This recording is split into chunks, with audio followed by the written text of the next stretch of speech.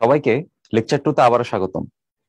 আচ্ছা, আজকে আমরা আদর্শ গ্যাস এবং গ্যাসের গতিতত্ত্বের যেই মাস্টার ক্লাসের বাদ বাকি টাইপ গুলো ছিল, অর্থাৎ টাইপ 5, টাইপ 6 এবং টাইপ 7, যেখানে আমরা স্বাধীনতার মাত্রা অর্থাৎ ডিগ্রি অফ ফ্রিডম তোমরা যেটা পড়ছো সেটা পড়বো। এরপর গ্যাসের যে গতিশক্তিটা থাকে, গ্যাসের যে দুই রকম গতিশক্তি থাকে, একটা হচ্ছে তোমার রৈখিক যে গতিশক্তি এবং আরেকটা হচ্ছে তোমার ঘূর্ণন গতিশক্তি। সেই রৈখিক এবং ঘূর্ণন গতিশক্তি আসলে কিভাবে হিসাব করতে হয় সেই কনসেপ্ট গুলো দেখার চেষ্টা করব। এবং দেখো, গুরুত্ব বিবেচনায় সেটাকে কিন্তু আমরা 3 স্টার বলে ঠিক করেছি। এরপরে দেখো, গড় মুক্ত পথ। তোমরা জানো যে গড় মুক্ত পথে মোটামুটি আমাদের 3টা ইকুয়েশন আছে। ক্লসিয়াস আছে, ম্যাক্সওয়েল আছে, এবং হচ্ছে বোলজম্যান আছে। তো কখন কোনটা কি ইউজ করতে হবে সেই গড়মুক্ত পথের কনসেপ্টটা আমরা দেখার চেষ্টা করব।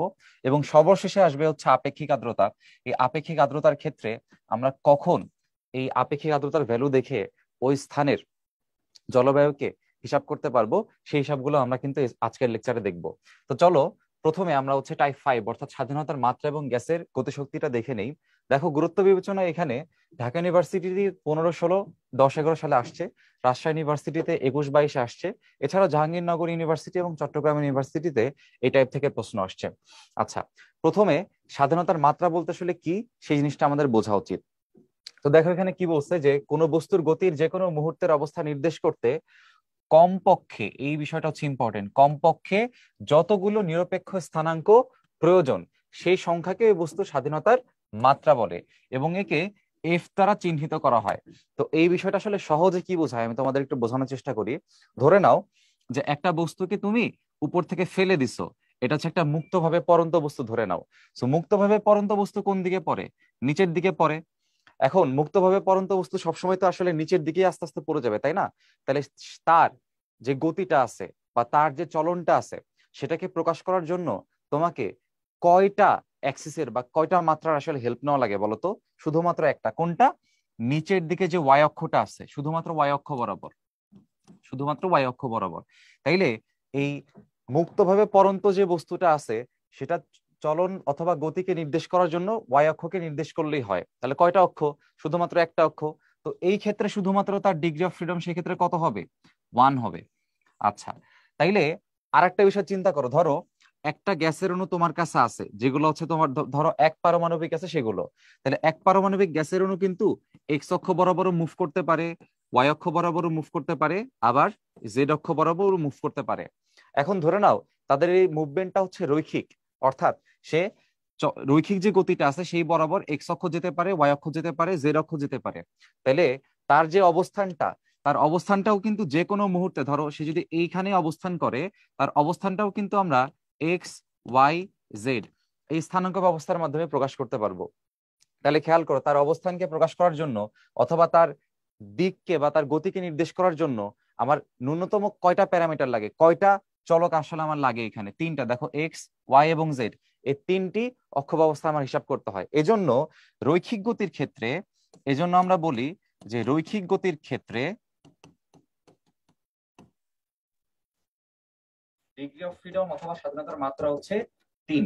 কেননা তাকে প্রকাশ করতে বা তার যে কোনো মুহূর্তের অবস্থা প্রকাশ করতে আমাকে 3টি, কমপক্ষে যতগুলো বলছে আমার এখানে 3টা হচ্ছে নিরপেক্ষ স্থানাঙ্ক ব্যবস্থা দরকার পড়েছে। ওকে, সো রৈখিক গতির ক্ষেত্রে ডিগ্রি অফ ফ্রিডম হচ্ছে 3। এটা সবার ক্ষেত্রে প্রযোজ্য হবে। এবার চলে আসো, শুধুমাত্র কিন্তু গতি আমাদের রৈখিক গতি থাকে না, আমাদের কিন্তু ঘূর্ণন গতিও জড়িত থাকে। তো সেই ক্ষেত্রে একটু দেখো, আমরা যদি ঘূর্ণন গতির কথা চিন্তা করি, ঘূর্ণন গতির কথা যদি আমরা চিন্তা করি, আমাদের এক পারমাণবিক যে অণুগুলো আছে, এক পারমাণবিক যে অণু আছে, ফর এক্সাম্পল ধরো নিষ্ক্রিয় যে গ্যাসগুলো, for example helium, neon, argon, etcetera, এগুলো হচ্ছে আমাদের নিষ্ক্রিয় গ্যাস। তো নিষ্ক্রিয় গ্যাসগুলো তোমরা জানো যে এক পারমাণবিক। এক পারমাণবিক যে কোনো একটা গ্যাস, ধরে নাও এরকম একটা ছোট গ্যাস আছে এক পারমাণবিক, তাহলে তার যেই গতিশক্তিটা ঘূর্ণন গতির কারণে, তার সেই গতিশক্তিটা কি হবে বলতো? হাফ আই ওমেগা স্কোয়ার, তাই না? আচ্ছা, এখন আই এর যে মানটা তোমরা জানো, যে আই এর মানটা আমরা কিভাবে বের করি ভাইয়া? আই এর মানটা বের করি হচ্ছে হাফ, এই আই এর মানটা আমরা বসাবো হচ্ছে এম আর স্কোয়ার। এখন দেখো, এই যে এক পারমাণবিক যে অণুটা আছে, সে এক পারমাণবিক অণুর যে অক্ষটা, অক্ষ থেকে সেই অণুর যে দূরত্ব, যেহেতু অণুটা হচ্ছে একদম ক্ষুদ্রাতি ক্ষুদ্র, ঠিক সেই কারণে ওই অণু থেকে অক্ষের যে দূরত্বটা অর্থাৎ আর এর যে মানটা, সে আর এর মানটা হচ্ছে আমাদের এখানে 0। আর এর মান যদি শূন্য হয় তাহলে আমার যে জড়তার ভ্রামক সেটা আসলে থাকে না। জড়তার ভ্রামক না থাকলে তার যে গতিশক্তি সে গতিশক্তিও থাকবে না। তার মানে এই যে ঘূর্ণন গতির ক্ষেত্রে এক পারমাণবিক যে গ্যাসগুলো আছে তাদের কিন্তু কোনো ঘূর্ণন গতিশক্তি থাকবে না। তো ঘূর্ণন গতিশক্তি যদি না থাকে তাহলে তাকে আমরা ডিগ্রি অফ ফ্রিডমে ইনক্লুড করব না। এজন্য এক পারমাণবিক গ্যাস সমূহের ক্ষেত্রে ঘূর্ণন গতির ডিগ্রি অফ ফ্রিডম হবে হচ্ছে 0। আর আমরা বলছি রৈখিক গতির ক্ষেত্রে সবার হচ্ছে 3। তাহলে আমরা একটা কাজ করি, আমাদের পরের পেজের এই টেবিলে আমরা একটা মান বসায় রেখি। এক পরমাণুর ক্ষেত্রে আমরা রৈখিকে পাইছি হচ্ছে 3 আর ঘূর্ণনে পাইছি হচ্ছে 0। তাহলে 3 আর 0 মিলে সর্বমোট যে ডিগ্রি অফ ফ্রিডমটা সেটা আমার কত আসলো? 3 আসলো। আচ্ছা, এবারে আমরা বলছিলাম রৈখিক যেই ডিগ্রি অফ ফ্রিডমটা আমাদের থাকবে সেটা সবার জন্য সেম, এই জন্য সবার ক্ষেত্রে আমরা এইভাবে 3 দিয়ে রাখলাম। আচ্ছা, এবার দেখা যাক ঘূর্ণনের ক্ষেত্রে আসলে কি হয়।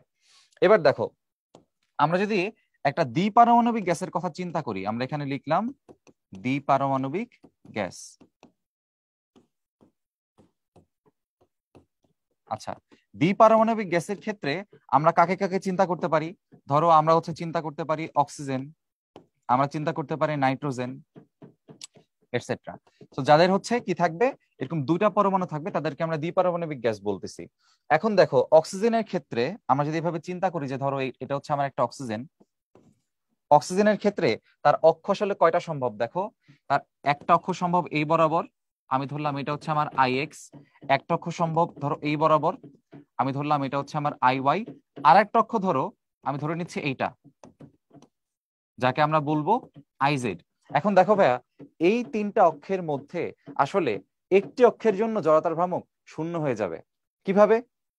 খেয়াল করে দেখো, আমার এই যে এক্স অক্ষ বরাবর যেটা আছে, এক্স অক্ষ বরাবর দেখো তোমার অক্সিজেন যে অণুটা, অণুর সাইজ তো আসলে এত বড় থাকবে না বাস্তবে। বাস্তবে অণুর সাইজটা কি থাকে? অনেক ক্ষুদ্র থাকে। তো তোমার যে অণুর সাইজটা সেটা যদি আমরা সরলরৈখিক চিন্তা করি অক্সিজেন এখানে, তাহলে সরলরৈখিক চিন্তা করলে তোমার অক্ষটা যদি এই অণুর উপর দিয়েই চলে যায়, অক্ষ যদি অণুর উপর দিয়েই চলে যায়, তাহলে এইখানে যে দূরত্বটা আমরা যে আয়ের মান বের করার সময় এম আর স্কোয়ার করি, সেখানে এই দূরত্বের মানটা আসলে কত হয়ে যায় খেয়াল করো। তোমার অণুটা হচ্ছে এখানে আর তোমার অক্ষটা হচ্ছে অণুর উপর দিয়েই আছে। তাহলে তোমার এই অক্ষের সাপেক্ষে এখানে যদি একটা অণু থাকে তাহলে সেই অণুটা কিভাবে ঘুরবে? এভাবে ঘুরবে। আচ্ছা, অণুটা যদি এইভাবে ঘুরে তাহলে এইখানের যে কণাটা আছে তার জন্য কিন্তু জড়তার ভ্রামক 0। কেন 0? কারণ এই দূরত্বটা কত হয়ে যায় ভাই? এই দূরত্বটা হচ্ছে 0 হয়ে যায়। সো দূরত্ব যদি 0 হয় তার ক্ষেত্রে ইন্টারনাল এনার্জি থাকে অথবা যে কাইনেটিক এনার্জিটা থাকে সেটা কত হবে? 0 হবে। কারণ কি, আমার এক্স অক্ষের জন্য যদি আমি বলি, আমার গতিশক্তিটা এক্স অক্ষের জন্য যদি বলি, সেটা কত হবে? Half I x omega square. এবং তোমরা বুঝতেই পারতেছো এক্স অক্ষের সাপেক্ষে সেটা 0। তাহলে আমরা যদি আই এক্স সমান 0 বলি, তাইলে আই এক্স সমান 0 বললে ই এক্সটাও আমার এখানে কত দাঁড়াবে? 0 দাঁড়াবে। এখন খেয়াল করে দেখো, আমার যে বাকি দুইটা অক্ষ আছে, অর্থাৎ একটা হচ্ছে তোমার আছে এখানে আই জেড এবং আর একটা আছে তোমার হচ্ছে আই ওয়াই। এই আই ওয়াই এর সাপেক্ষে খেয়াল করে দেখো, দুই পাশেই যে দূরত্বটা তারা কিন্তু আসলে নন জিরো, তারা কিন্তু শূন্য না।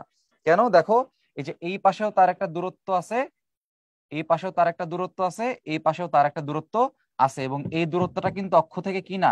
জিরো না। যেহেতু দূরত্বটা অক্ষ থেকে জিরো না, এই জন্য আই ওয়াই এর জন্য তুমি একটা গতিশক্তি পাবা। সেম ভাবে আই জেড এর জন্য তুমি একটা গতিশক্তি পাবা। তার মানে তোমার আই ওয়াই আই জেড এই দুইটা হচ্ছে তোমার গতিশক্তির জন্য জড়িত। তাহলে ভাই কি বলতে পারি, আমাদের দ্বিপারমাণবিক গ্যাসের ক্ষেত্রে যখন ঘূর্ণনের কথা আসবে তখন আসবে হচ্ছে দুইটা। আর আমরা বলছিলাম রৈখিক গতিশক্তির ক্ষেত্রে সবাই থাকবে, রৈখিক গতিশক্তির ক্ষেত্রে সবাই থাকবে। তার মানে আমরা বলতে পারবো অ্যাপ্লিকেবল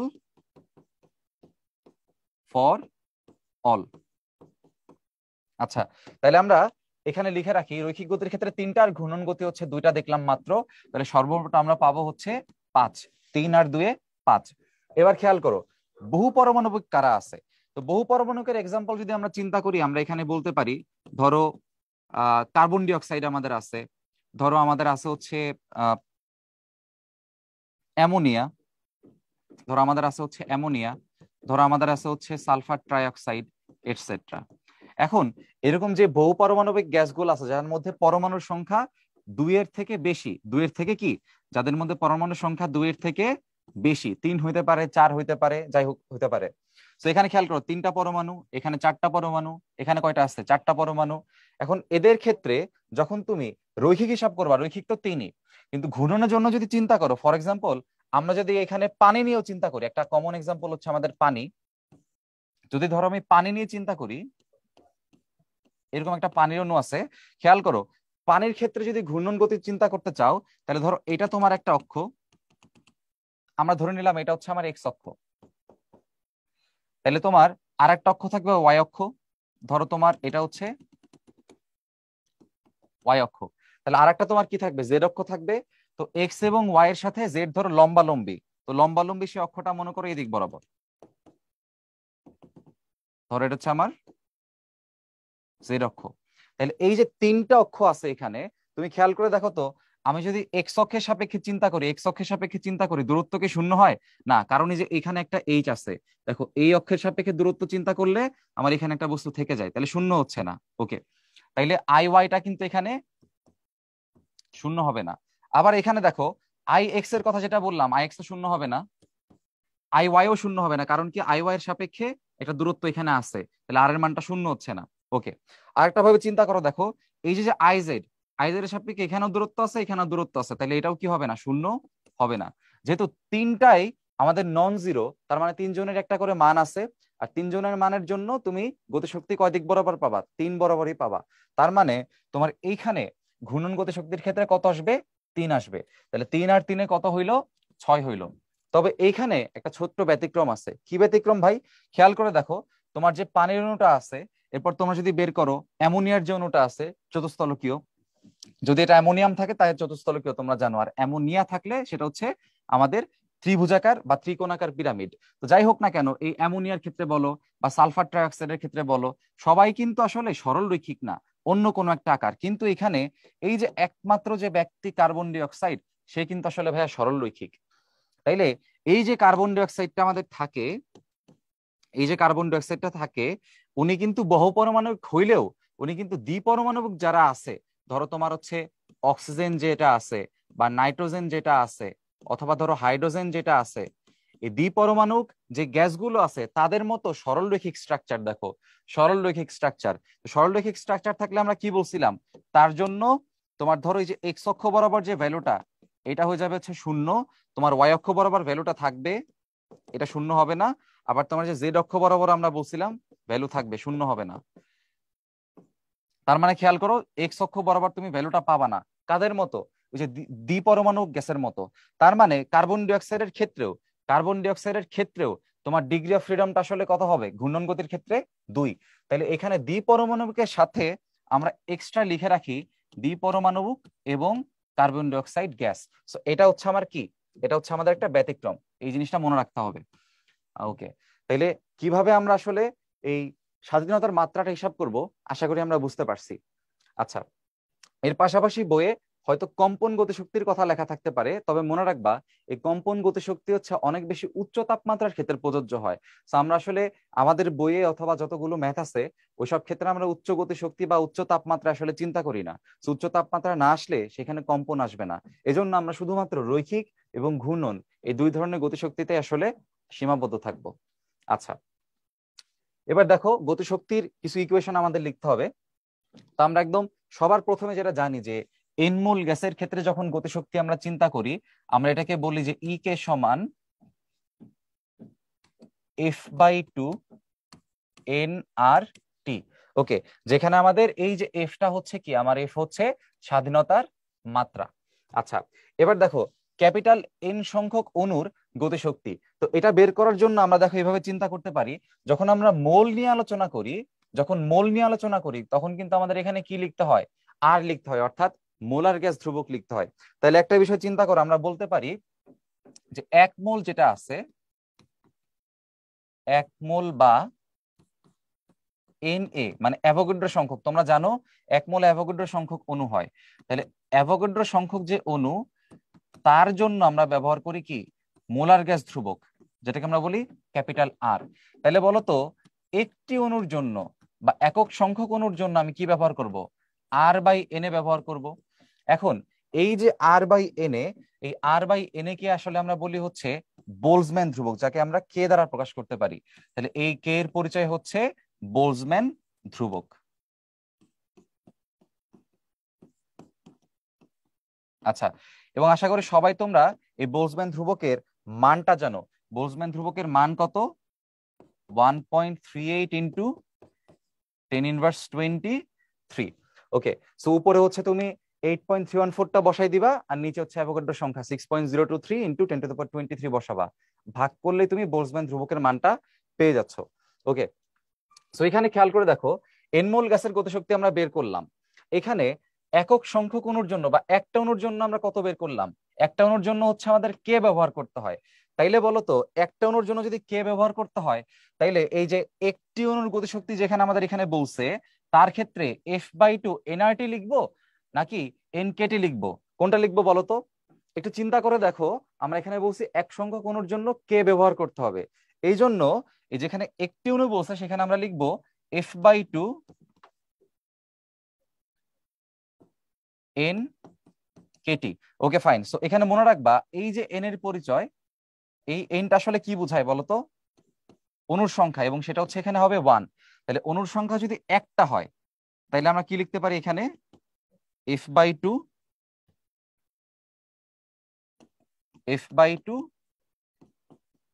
কেটি। ওকে, এবার দেখো, একটি অণুর গতিশক্তি যদি F/2 কেটি হয়, তাহলে আমার ক্যাপিটাল এন সংখ্যক অণুর গতিশক্তি কি হবে? এই একটার সাথে ক্যাপিটাল এনটাকে গুণ দিতে হবে। তার মানে আমরা কি বলতে পারি? ক্যাপিটাল এন গুণ একটি অণু, একটি অণুর গতিশক্তি। তাইলে তুমি এন সংখ্যক অণুর গতিশক্তি পাবা। সেটা তাহলে ইকুয়েশন কি দাঁড়াইলো? F/2 capital N Katie. আচ্ছা, এবার খেয়াল করে দেখো এখানে কি আছে? ডব্লিউ ভরের গ্যাসের গতিশক্তি। আচ্ছা, ডব্লিউ ভরের গ্যাসের যখন গতিশক্তি চিন্তা করতে হবে, তখন তোমাকে এই যে মূল সূত্র যে এনটা আছে, এন এর রেসপেক্টে চিন্তা করতে হবে। আমরা কি জানি বলতো? এন এর মানটা হচ্ছে ডব্লিউ বাই ক্যাপিটাল এম।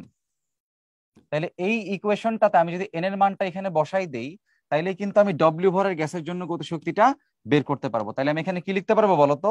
আমি এখানে লিখতে পারবো F/2, এরপরে যে এন এর বদলে আমি বসাবো W by M. So W by M, তার সাথে এখানে আরটি। ওকে, এখানে এনটা হচ্ছে আমাদের ক্যাপিটাল এন দ্বারা প্রকাশ করতে হবে। এখানে এনটা ক্যাপিটাল এন দ্বারা প্রকাশ করতে হবে।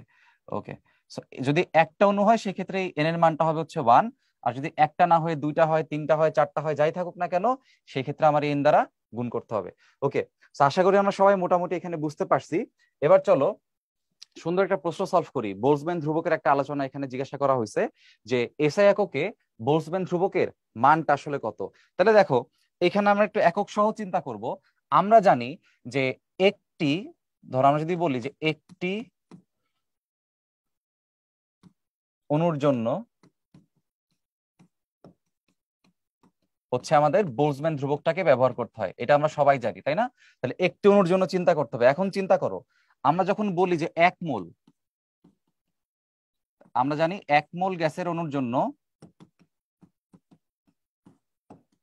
যে এনার্জিটা, যেটাকে আমরা বলি হচ্ছে ই, এই ভ্যালুটা কত? F/2 nRT। ওকে, সো 1 মোল গ্যাসের জন্য এই এন এর মানটা কত হবে? তখন 1 হবে।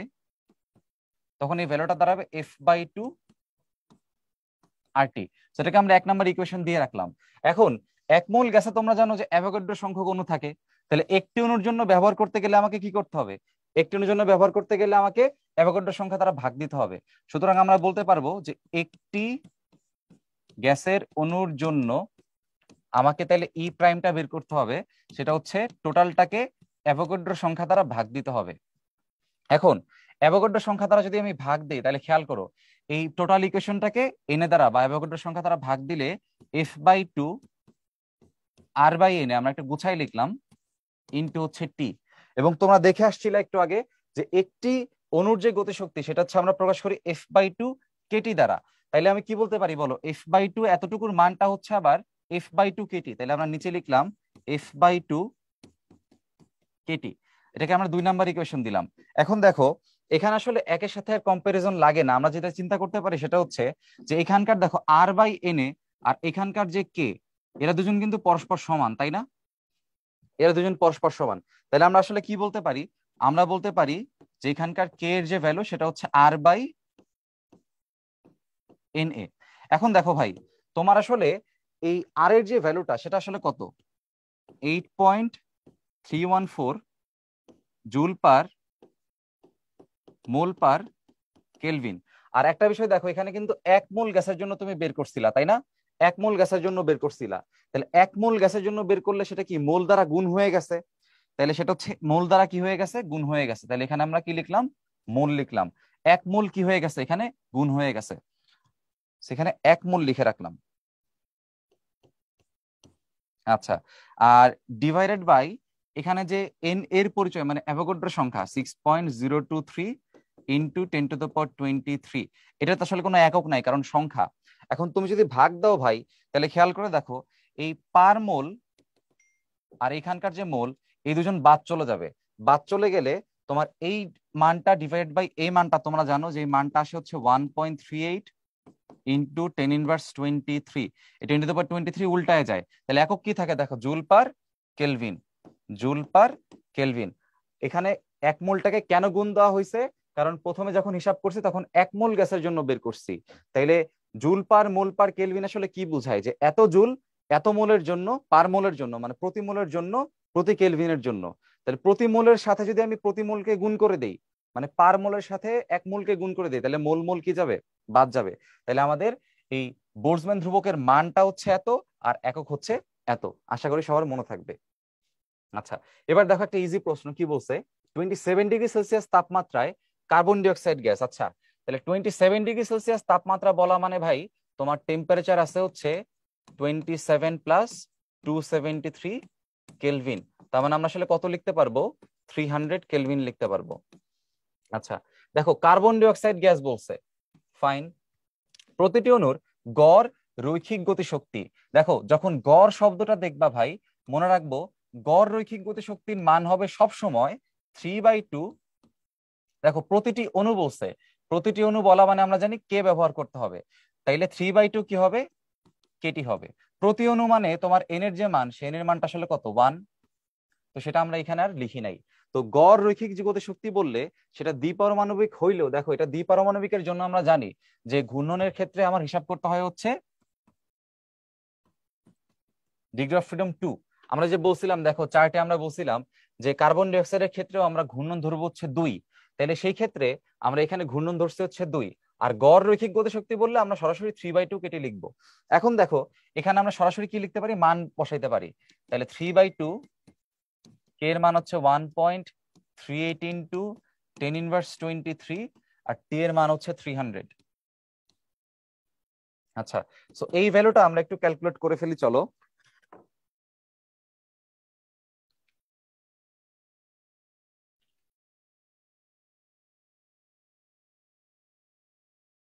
এখন আমাদের চলে আসছে 6.21 ইন্টু 10⁻21। যেহেতু গতিশক্তি, তার মানে একক হবে কি? জুল। ওকে, এবার চলো পরের প্রবলেমটা করে ফেলি। গড় ঘূর্ণন গতিশক্তি জিজ্ঞাসা করছে। গড় ঘূর্ণন গতিশক্তির ক্ষেত্রে আমার যে এনার্জির ভ্যালুটা হবে সেটা হবে হাফ। এখানে সরাসরি হাফ না লিখে F/2 লিখে ফেলি একবারে।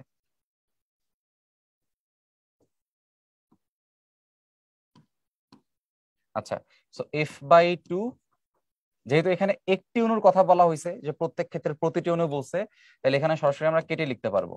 আচ্ছা, এবার এফ এর মানটা হচ্ছে 2, যেহেতু শুধুমাত্র ঘূর্ণন চাইছে আমাদের, এফ এর মানটা হচ্ছে 2। সো 2/2 কেটি, তার মানে আসলে শুধুমাত্র কেটি। তার মানে 1.38 ইন্টু 10⁻23, এর সাথে মাল্টিপ্লাই করতে হবে শুধুমাত্র টেম্পারেচার, হুইচ ইজ 300 কেলভিন। তাহলে এই মানটা শুধুমাত্র আমরা গুণ করব। দেখো কত আসে? 4.14 ইন্টু 10⁻21 জুল। ওকে, আশা করি আমরা বুঝতে পারতেছি যে কিভাবে আসলে আমাদের এই গতিশক্তি বের করতে হয়। এখানে যদি এমন চাইতো যে মোট গতিশক্তি কত, যদি এখানে এমন চাইতো যে মোট গতিশক্তি কত, মোট গতিশক্তি বললে আমরা কি করতাম বলতো? আমরা F/2 কেটি করতাম। তখন এই ক্ষেত্রে যেহেতু কার্বন ডাইঅক্সাইড, তার ক্ষেত্রে মোট যে ডিগ্রি অফ ফ্রিডম আমরা পড়ছিলাম মোট হচ্ছে 5, তখন আমরা এফ এর মানটা কত বসাই দিতাম? 5 বসাই দিতাম। আচ্ছা, কিন্তু দেখো এখানে যেহেতু মোট গতিশক্তি চাই নাই, আমরা অ্যান্সারে কিন্তু সেটা লিখি নাই, তবে যদি চাই এভাবে লিখতে হবে। তো এই টাইপ গুলোই আসে, গড়ের পার্টটা আসে, গড় রৈখিক গতিশক্তি কত। রৈখিক বললে আমরা তখন কি বসাই? এই রৈখিক বললে আমরা তখন হচ্ছে এফ এর মানটা কত বসাই? এফ এর মান বসাই হচ্ছে 3। এই ঘূর্ণন বললে আমরা এফ এর মান বসাই 2। তাহলে এখানে 3/2 কেটি, এখানে 2/2 কেটি, এই দুটা মিলে আমার মোট চলে আসতো হচ্ছে 5/2 কেটি। তো এখানে আলাদা আলাদা চাইছে, আমরা অ্যান্সার আলাদা আলাদা রাখছি। ওকে, এবার দেখো গ্যাসের চাপ একক আয়তনের গতিশক্তির কত অংশ। তো আমরা আসলে কি জানি বলতো? আমরা এরকম একটা ইকুয়েশন দেখছিলাম যে P V equals to 1/3 mn C square, যেখানে এই mn এর ভ্যালুটা হচ্ছে আমাদের টোটাল যে ভর, অর্থাৎ 1/3 mc স্কোয়ার। এরপর আমরা কি করছিলাম বলতো? এরপর আমরা যে mc স্কোয়ার, যেটা মানে ভরের সাথে যে তোমার যে বেগের স্কোয়ারটাকে গুণ আছে, ওটাকে আমরা হাফ এম বি স্কোয়ার ফরম্যাটে নেওয়ার চেষ্টা করছি। তো আমরা কি করছিলাম? হাফ এমসি স্কোয়ার, আর এখানে দেখো 1/3 আগে থেকে আছে, তুমি নিচে তুমি একটা 2 এক্সট্রা নিছো, তাহলে এখানে কি লিখতে হবে? 2/3 ব্যালেন্স করার জন্য। আচ্ছা, এবার এই যে হাফ এমসি স্কোয়ার, এটা আসলে কি এনার্জি, এজন্য আমরা এখানে কি লিখতে পারি? 2/3 ইন্টু এনার্জি মানে গতিশক্তি। তাহলে এখানে খেয়াল করো কি লেখা যায়? পিভি সমান 2/3 ই। এটাকে মুখস্থ রাখলেও তোমরা পারো, মুখস্থ রাখলে বরঞ্চ তোমাদের জন্য সুবিধা হবে। তাহলে এখন খেয়াল করে দেখো, এই যে ইকুয়েশনটা আমরা এখানে পাইছি, এখানে বলছে একক আয়তন। একক আয়তন বলা মানে এই ভি এর যে মানটা, সেই ভি এর মানটা কত চিন্তা করতে হবে ভাই? ভি এর মানটা চিন্তা করতে হবে হচ্ছে তোমার 1। তাহলে ভি এর মান যদি 1 হয়, তাহলে এই পি এর যে মানটা দাঁড়াবে সেটা কত দাঁড়াবে বলতো? 2/3 ই। তো এখানে বলছে গতিশক্তির কত গুণ, তাহলে দেখো গতিশক্তির কত গুণ? 2/3 গুণ, তার মানে আমার অ্যান্সার হচ্ছে এ। আচ্ছা, এবারে দেখো 27°C তাপমাত্রায় দুটি অক্সিজেন পরমাণুর গতিশক্তি আসলে কত? জাহাঙ্গীরনগর ইউনিভার্সিটিতে আসছে। তো এই প্রশ্নটায় এটার যে অ্যান্সারটা একটু সমস্যা আছে। কি সমস্যা? খেয়াল করে দেখো, এই যে অক্সিজেন পরমাণুর কথা এখানে বলছে, কয়টা বলছে? দুইটা বলছে। যেহেতু পরমাণুর কথা বললো, তাহলে আমরা হিসাবটা কিভাবে পারছি? আমরা হিসাবটা জানি যে আমাদের গতিশক্তির মানটা হয় হচ্ছে, যেহেতু দুইটা বলছে এবং অক্সিজেন বলছে, তাহলে ডিগ্রি অফ ফ্রিডম কত হওয়া উচিত? 5 হওয়া উচিত। তাহলে 5/2 কেটি, বিষয়টা এমন হওয়া উচিত। আচ্ছা, তাহলে এখানে তুমি যদি মান বসাও, তাহলে 2 আর 2 কাটা গিয়ে এখানে থাকবে কত? 5 কেটি। তো 5 কেটি করে মান বসায় দেখবা যেখানে যে অ্যান্সারটা, সেই অ্যান্সারটা মিলবে না। ওকে, এখানে অ্যান্সারটা আসলে মিলবে না। এখন যেহেতু অ্যান্সার মিলে নাই, তাহলে আমাদের আসলে কি করতে হবে? আমাদের গতিশক্তি বের করতে হবে। তো আমরা যেটা করতে পারি, বইয়ে দেখবা প্রশ্নে যখন সলভ করা থাকে, অনেক সময় আমাদের কি করা থাকে? ওই 3/2 কেটিটাকে ইউজ করা হয়। সব থেকে বেশি থাকবে দেখবা হচ্ছে কেমিস্ট্রিতে। তাহলে এখানে ওই 3/2 কেটি ইউজ করব, এবং যেহেতু দুইটি অক্সিজেন পরমাণু বলছে, তো আমি এখানে 2 দ্বারা কি করব? গুণ করব। তাহলে এখানে কি চলে আসে দেখো, 2 আর 2 কাটা গিয়ে থাকবে হচ্ছে 3 কেটি। এবার মান বসাই দেখো, 3 ইন্টু 1.38 ইন্টু 10⁻23 ইন্টু হচ্ছে টেম্পারেচার কত বলছে? 27। তো 27 টেম্পারেচার থাকলে আমরা কি জানি? 273 যোগ করলে এখানে আসে হচ্ছে 300 কেলভিন। তাহলে এখানে 300 কেলভিন লিখে দিই। এখন হিসাব করলে বুঝতে পারবা যে অ্যান্সার আসলে আমাদের কত আসে।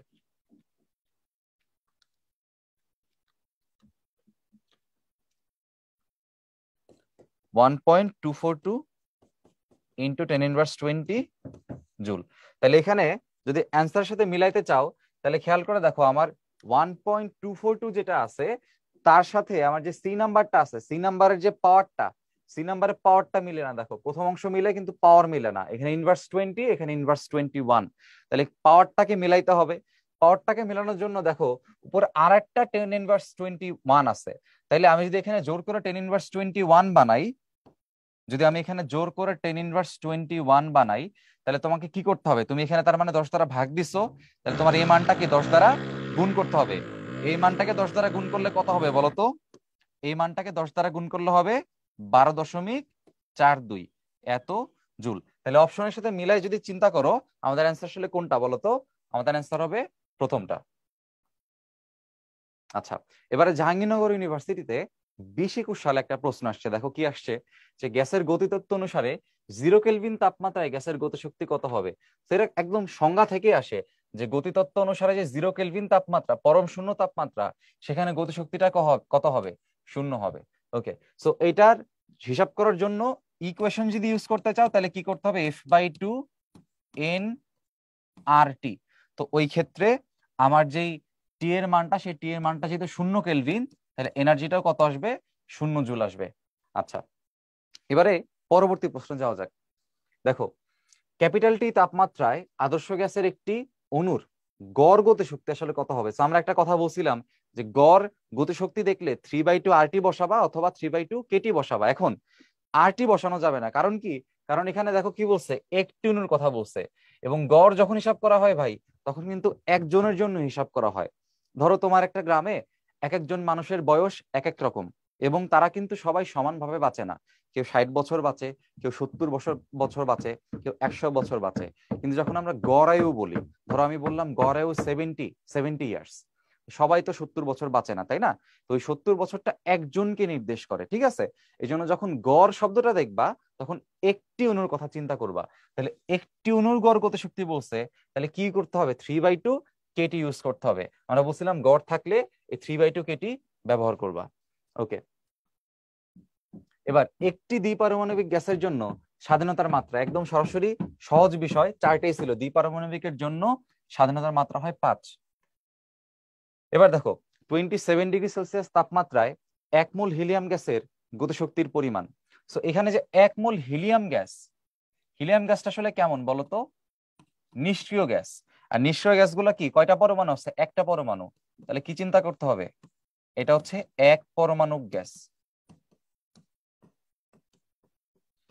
এক পরমাণু গ্যাসের ক্ষেত্রে যখন আমরা গতিশক্তি চিন্তা করি, কি করি দেখো তো? বলছে 1 মোল, তাইলে F/2 RT। এক পরমাণু গ্যাসের জন্য F এর মানটা হচ্ছে 3, তাহলে আমরা এখানে লিখতে পারবো 3/2 RT। এবারে মানগুলো বসাই দাও। 3/2 8.314। টেম্পারেচার দেখো কত বলছে? 27। তার মানে আমার টি এর ভ্যালু হবে 300 কেলভিন। সেখানে 300 কেলভিন বসাও, তাহলে ক্যালকুলেশন করলে এখানে দেখবা 3 × 300, এখানে আসতেছে হচ্ছে 150। 150 সাথে 3 গুণ হলে 450 বা 450। ওকে, সো এইখানে এই ভ্যালুটা যত আসে, এখন দেখো এই ভ্যালুটা কত, কিভাবে চিন্তা করবা? 450 এর সাথে 8.314। তো যে শর্টে চিন্তা করতে পারো যে আমাদের এখানে 450 এর সাথে ধরো 8.314 না চিন্তা করে 8.3 নিলা, তো 8.3 নিয়ে গুণ করে, সাইডে গুণ করে, তারপর হচ্ছে অপশনটা মিলাই দিবা। তো আমরা এখানে ক্যালকুলেটরের মাধ্যমে করে ফেলি।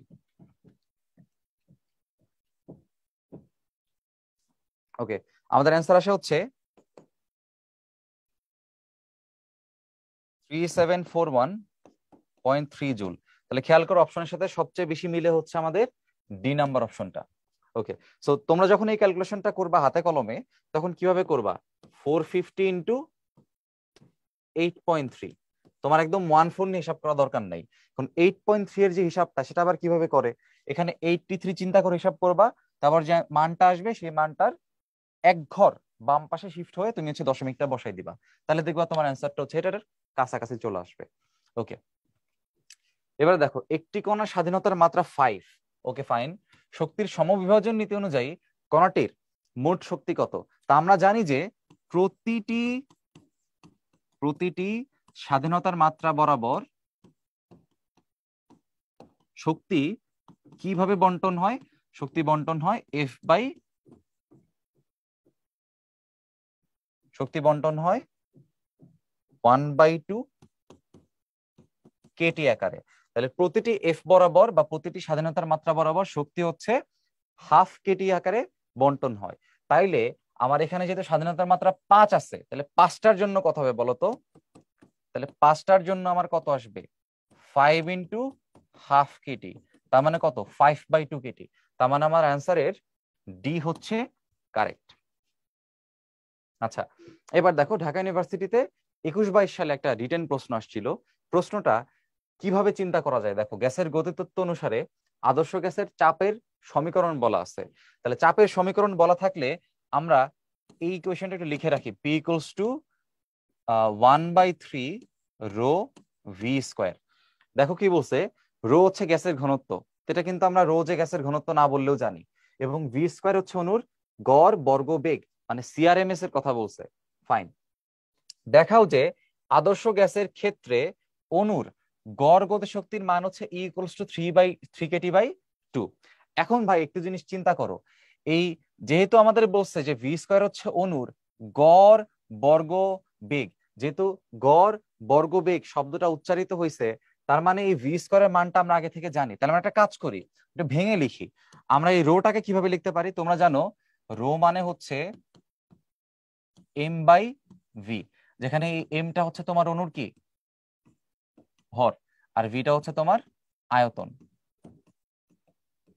ওকে, তাহলে এই রোটাকে বদলে আমরা লিখতে পারি m/v, আর এই ভিটাকে আমরা একটু বাঁকা করে লিখলাম বোঝার স্বার্থে। এখন দেখো এই পাশে হচ্ছে আমাদের পি রয়ে গেছে।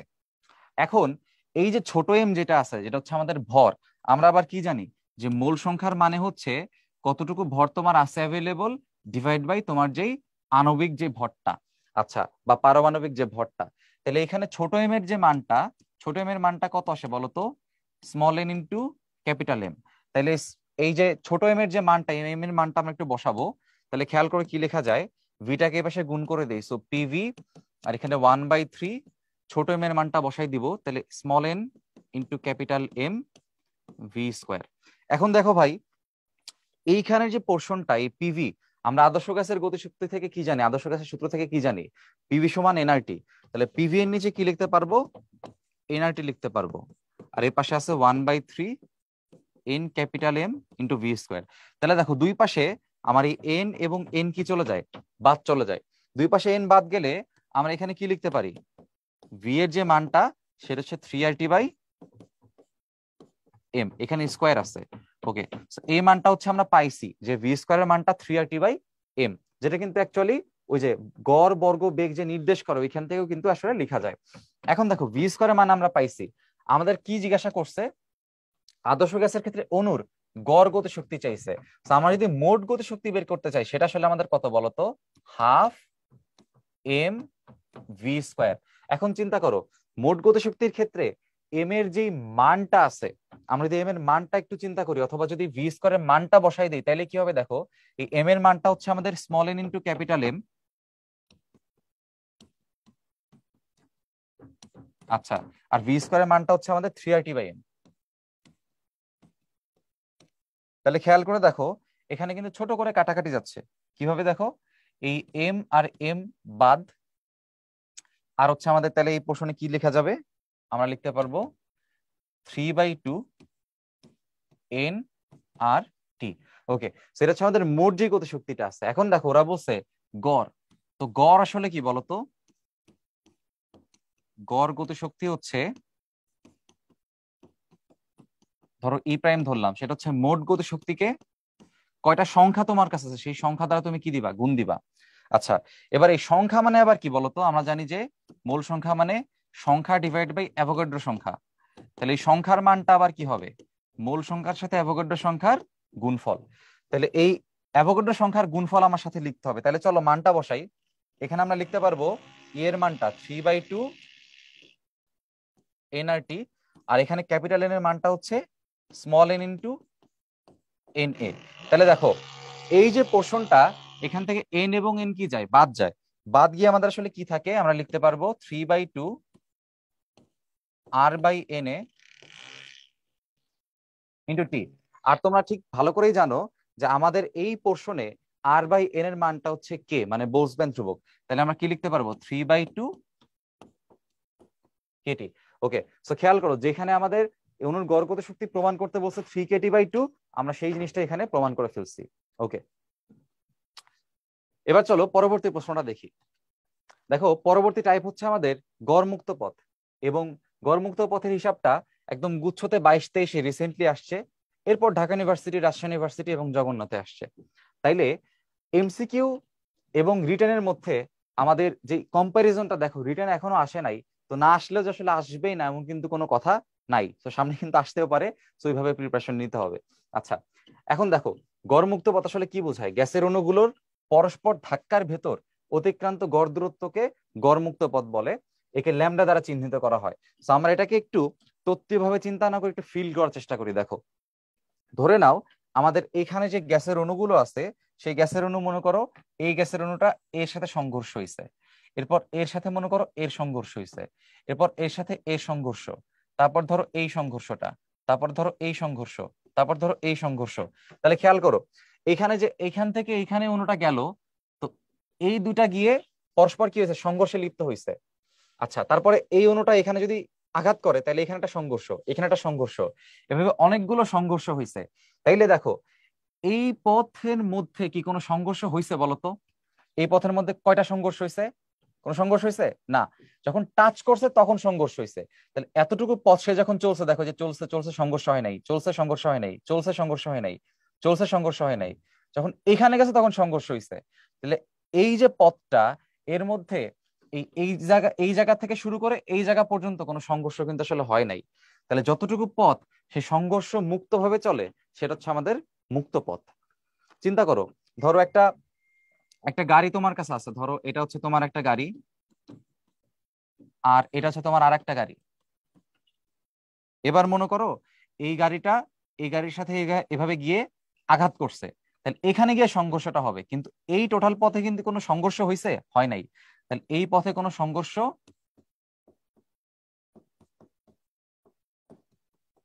হয়নি।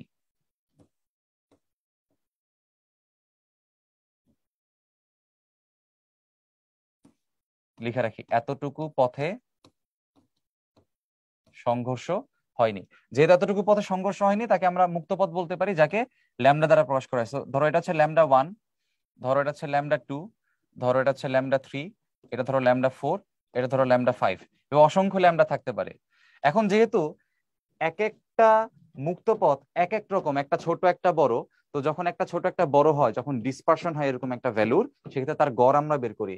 তাহলে সেই গড় মুক্ত পথটা কত হবে বলতো?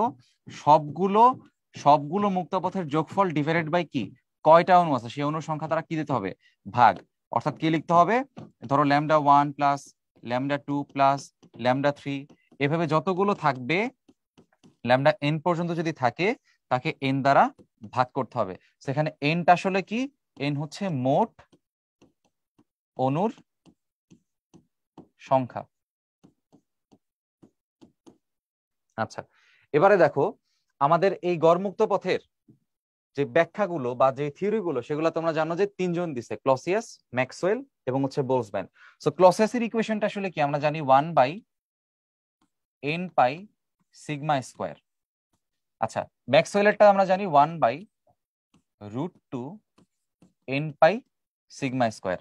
আর বোলজম্যানের ক্ষেত্রে আমরা জানি 3/4, এ বাদে বাকি যে অংশ সেটা সেম থাকে, অর্থাৎ n π σ²।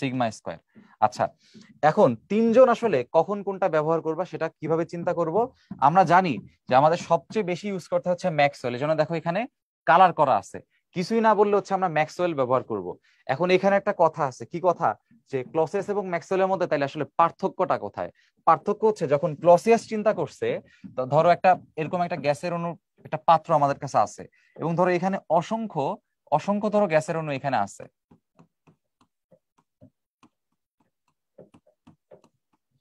এই ক্লসিয়াস চিন্তা করছে অসংখ্য গ্যাসের অণুর মধ্যে যে কোনো একটা গ্যাসের অণু, শুধুমাত্র একটি গ্যাসের অণু হচ্ছে কি হবে, গতিশীল হবে। তাহলে শুধুমাত্র ধরো এটা হচ্ছে আমাদের গতিশীল, আর বাদ বাকি যে গ্যাসের অণুগুলো আছে, বাকি সবাই হচ্ছে বাকি সবাই স্থির। তাহলে গতিশীল কি, একটি মাত্র হচ্ছে তোমার গতিশীল। আচ্ছা, ম্যাক্সওয়েল কি চিন্তা করছে? ম্যাক্সওয়েল চিন্তা করছে তোমার যে গ্যাসের পাত্রটা থাকবে, গ্যাসের যে পাত্রটা থাকবে, সেই পাত্রে আমরা যদি রেড ডট দ্বারা হচ্ছে গতিশীল অণুর সংখ্যা বুঝাই, তাহলে গ্যাসের পাত্রে সবাই গতিশীল থাকবে। আমরা বলবো প্রতিটি অণুই গতিশীল। ওকে, সো ম্যাক্সওয়েল চিন্তা করছে প্রতিটি অণুই গতিশীল, আর ক্লসিয়াস চিন্তা করছে শুধুমাত্র একটি মাত্র অণু গতিশীল। তাহলে বলতো প্র্যাকটিক্যাল আসলে কোন কেস? গ্যাসের অণুর ক্ষেত্রে তেমন হবে না যে একটি গ্যাসের অণু দৌড়াদৌড়ি করতেছে, বাকি সব গ্যাসের অণু চুপচাপ বসে আছে, এমন তার হয় না। সবাই দৌড়াদৌড়ি করে, সবাই গতিশীল থাকে। তাহলে বাস্তবতার সাথে আসলে কোনটা বেশি মিলে বলতো? ম্যাক্সওয়েল। এই কারণে আসলে আমরা ম্যাক্সওয়েলটা সব থেকে বেশি ব্যবহার করি। আচ্ছা, এখানে এন এর সংখ্যা আশা করি তোমরা জানো যে এখানে এন বলতে আমাদের বোঝায় হচ্ছে প্রতি একক আয়তনে, প্রতি বলতে পারে বা একক আয়তনে বলতে পারে, গ্যাসের অণুর সংখ্যা। আচ্ছা, আর এখানে এই পাই তো বুঝোই তোমরা, সিগমাটা আসলে এখানে কি বুঝায়? সিগমা বোঝাচ্ছে গ্যাসের অণুর ব্যাস। এখানে কিন্তু ভুলেও ব্যাসার্ধ বইল না, এটা হচ্ছে গ্যাসের অণুর ব্যাস। আচ্ছা, তো চলো এখান থেকে আর একটা কনসেপ্ট আমরা হচ্ছে চিন্তা করি একটু। দেখো, ধরো তোমার যদি এইখানে একটা গ্যাসের অণু থাকে, আর তোমার ধরো যদি এখানে আর একটা গ্যাসের অণু থাকে, তাইলে তাদের মধ্যবর্তী এই যে পথটা, এই পথটাকে কিন্তু আমরা কি বলতেছি?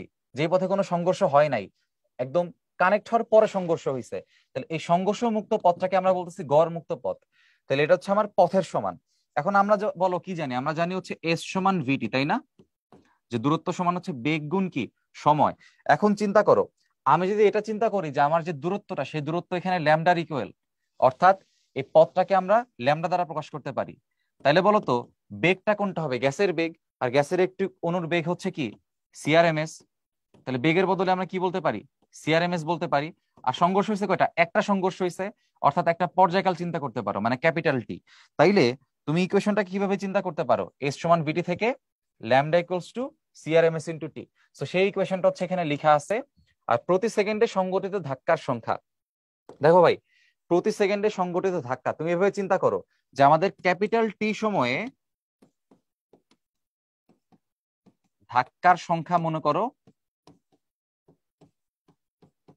একটি, তাই না? আমরা এটাই বললাম যে একটি ধাক্কা যখন হবে তখন আমরা টি এর বদলে ক্যাপিটাল টিটা ব্যবহার করি।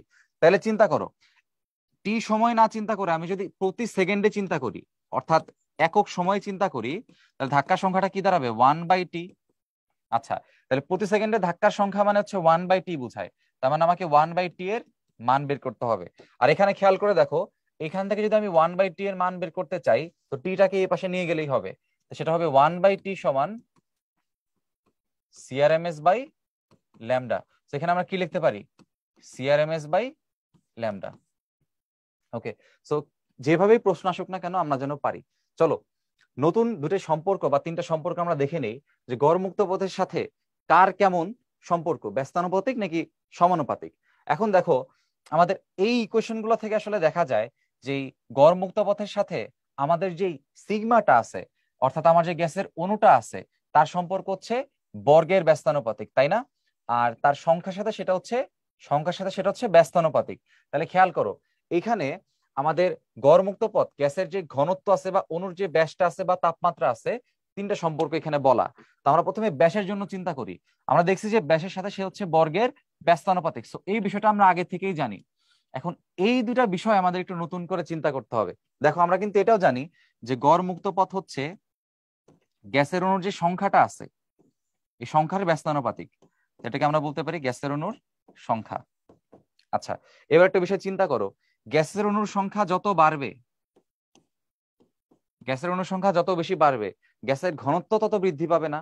একটা রুমে যত বেশি সংখ্যক মানুষ থাকবে, বা একটা দেশে যত বেশি মানুষ থাকে, জনসংখ্যার ঘনত্ব তত বেশি থাকে, তাহলে সংখ্যা বেশি হওয়ার কারণে ঘনত্বটাও কি হয় বলতো? ঘনত্বটা বেশি হয়। আচ্ছা, তার মানে এই সংখ্যার সাথে ঘনত্ব হচ্ছে সমানুপাতিক। আচ্ছা, আবার সমানুপাতিক যেহেতু, এই যে ঘনত্ব যেটা আছে, আমাদের ঘনত্ব সূত্র যেটা আমরা জানি যে ঘনত্বের সাথে চাপটা হচ্ছে সমানুপাতিক। আমরা যদি ইকুয়েশন থেকে আসি, ধরো আমরা যদি একটা ছোট্ট ইকুয়েশন লিখি এখানে, আমরা জানি যে পিভি সমান এনআরটি।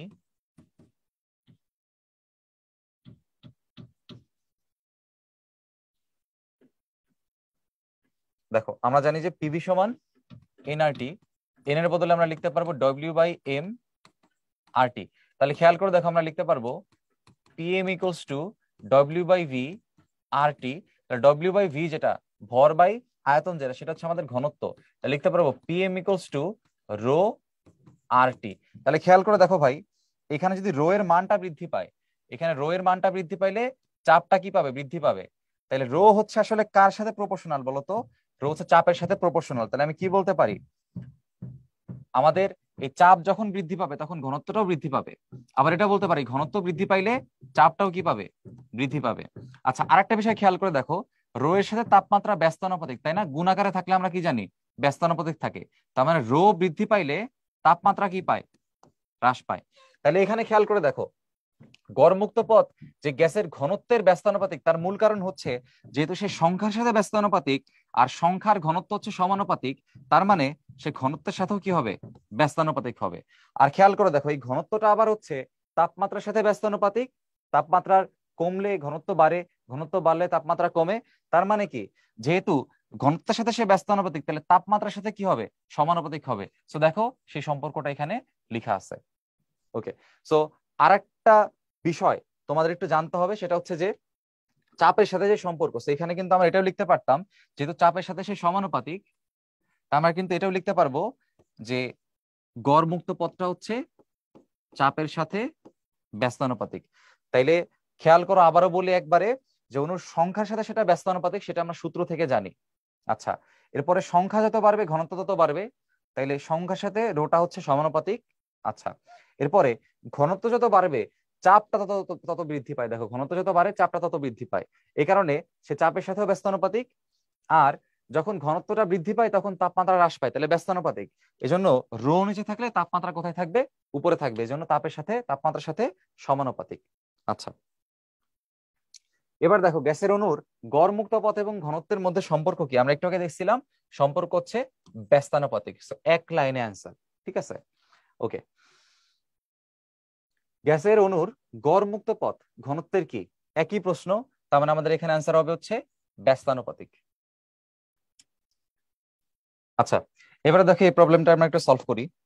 এখানে কি বলছে, যে একটি গ্যাস অণুর কার্যকর যে ব্যাসটা, সেটা ব্যাসটা বলে দিছে, মানে সিগমার মান বলে দিছে, গড় মুক্তপথ বলে দিছে ল্যামডা, উক্ত গ্যাসের একক আয়তনে অণুর সংখ্যা নির্ণয় করতে বলছে, মানে আমাদের এন এর মানটা বের করতে বলছে।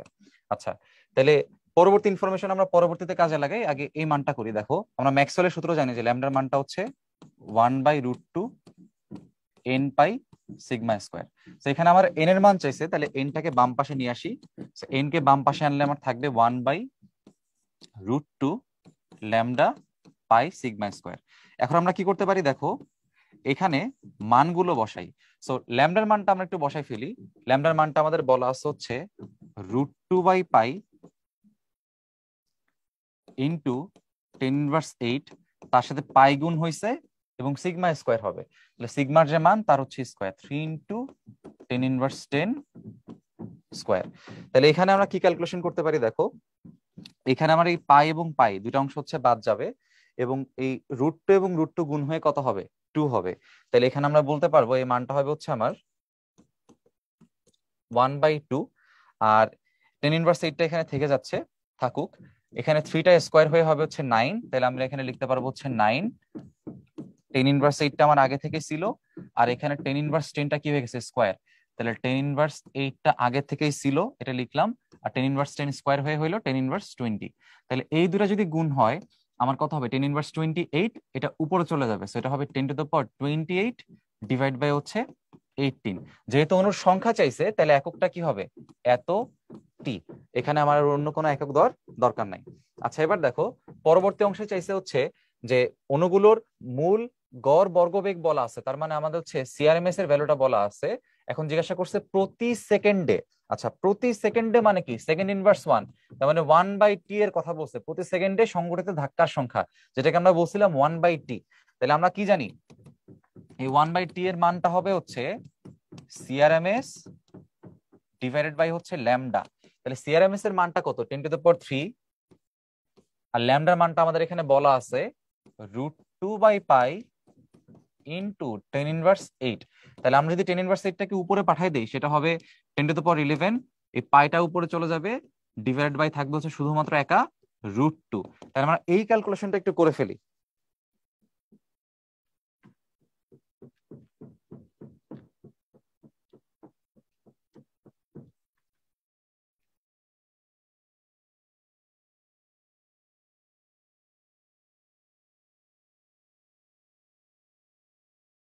দেখো, এটা আসবে হচ্ছে 2.22 ইন্টু 10⁻11। যেহেতু প্রতি সেকেন্ডে, তাহলে এত সংঘর্ষ per second, so per second লিখতে পারো, সমস্যা নেই। তার মানে প্রতি সেকেন্ডে এতটি সংঘর্ষ হবে। খেয়াল করে দেখো, এক সেকেন্ডে কিন্তু অনেক বেশি সংঘর্ষ হয়েছে। 10^11, যেখানে 10^7 মানে হচ্ছে 1 কোটি, তাহলে 10^11 কত হবে? অনেক বেশি কোটি হবে, তাই না? ঠিক আছে, এবার দেখো, ঢাকা ইউনিভার্সিটিতে 16-17 সালে একটা প্রশ্ন আসছে। এখানে কি বলছে?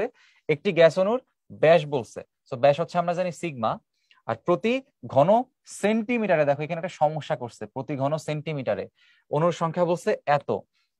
তাহলে প্রতি ঘন সেন্টিমিটার মানে কি ভাই?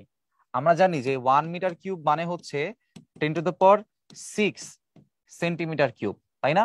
তাহলে দেখো এখানে বলছে প্রতি ঘন সেন্টিমিটারে, তার মানে 1 সেন্টিমিটার কিউবে তোমার অণুর সংখ্যা আছে 3 × 10^19টি। তাহলে আমার 1 ঘনমিটারে কত থাকবে বলো তো? এই এত সেন্টিমিটার যতটুকু থাকে, তাহলে এই 10^6 সেন্টিমিটার কিউব বা 1 মিটার কিউবে কতটুকু থাকবে, সেটা হচ্ছে তোমার 10^6টাকে গুণ দিতে হবে। তাহলে গুণ দিলে কত থাকে? 3 × 10^19 আর 6 যোগ হয়ে 25 এত। সো এটাই হচ্ছে আমার একক ঘন, একক যে আয়তন, সেখানে অণুর সংখ্যা। তার মানে এটা হচ্ছে তোমার ক্যাপিটাল বা স্মল এন আর কি। তাহলে তোমার এন এর মানটা এখানে কিন্তু সরাসরি বলা ছিল না, এই মানটা কিন্তু এন ধরতে পারবা না, এনটাকে হচ্ছে 1 মিটার কিউবেরটা বের করে নিতে হবে। ঠিক আছে, এবার খেয়াল করে দেখো, আমাদের সিগমার মান সরাসরি বলা, মিটারে বলা আছে, কোনো সমস্যা নাই। গড় মুক্ত পথ চাইছে। সো গড় মুক্ত পথের ক্লসেসের যে ইকুয়েশন, সেটা হচ্ছে 1/n π σ² ইকুয়ালস টু 1 এন এর মানটা দেখো কত বলছে? এন এর মান বলছে, আমরা যেটা বের করছি একটু আগে, 3 × 10^25, পায়ের মান হচ্ছে 3.14, আর সিগমার যে মানটা বলা আছে সেটা হচ্ছে 2 × 10⁻10, এতর উপর স্কোয়ার হবে। তো চলো এই ক্যালকুলেশনটা আমরা একটু দেখে ফেলি।